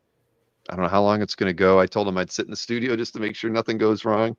But it seems like a neat show that you guys are doing. Like, I mean, it's Connecticut, right? Isn't it in Connecticut? Yeah, yep, New so Haven. cool. I mean, I'm not going to make a special trip up there for it, but I'm sure like it'll be a neat thing. Exactly. I mean, I think just looking at the art that the creators are, that they're doing there, it's just it's on par with stuff we all collect. Yeah. And I don't know any of the, by and large, I don't know. I mean, there's a few people there, names that are there. Jim Rugg's going to be Yeah, there. you get Rugg and a few other guys, but by and large, most of the names you don't recognize, and it's kind of sad because these guys are so talented, guys and girls. So yeah, that's why it just kind of fits in. I think for us also, it expands, kind of like you guys did with with Next Comic Art, which those guys. I mean, right? Where would they be if they didn't work on all the art sale shows and things with us? I mean, they would have got there, but it was expedited. So you're right. With the reach of CAF and the collecting community, there's great things that can happen. Yeah. I mean, and I love when I don't know who mentioned loot box in the in the chat. I think that's a great idea. I don't think we'd ever do it, but somebody should do it. Can you imagine doing a loot box where you work with the creators and you got 10 indie comics in the mail? Heroes should do it. Heroes at Heroes in Indie Alley, and everybody they did a box, and it cost $200, and they each put in something that was like $10, and they each got $10 for each one sold. Exactly. I mean, I would subscribe to that. I'll do a $30 monthly subscription to get 10 indie comics in the mail every month. With shipping. I mean, why not? It'd be fun. Yeah. But yeah, somebody's got to do it. That would be. I think that would be neat. But anyways. Yeah. 1 p.m. where Delight Loves Movies is. So Delight, we're not going to keep you up any longer. Right, there you go. Stingray's running off. Ken Landgraf, Tom Scioli, Heather Antos. Yeah, there are some big names there, definitely. All right, Chuck and everybody, we're going. We're ending it. Sorry for the technical difficulties tonight. Hopefully everything will be fine tomorrow. And don't forget, I've got the Hero Initiative benefit auction with Ryan Sook, 2 p.m. on Saturday. Sketch cards and Hero Initiative coasters, $25 starting bids. Hey, and it all goes to Hero. So it's on the coasters, it's $25 starting bids. Yep, that's what I'm gonna do. All right. No one's giving me any direction, so I'm allowed to do whatever I want. I mean, come on, the coasters are really nice. They're all in color. But they're coasters. They are coasters. Exactly. Yeah. All right. Well, maybe Jim McLaughlin's watching right now and he's going to tell me I have to start him at 50. I don't know. I'll do whatever they tell me, but the sketch cards definitely are starting at 25. Cool. All right. Thanks, everybody. Thanks for indulging me looking at my Galactus thing. No problem. Good night. Bye.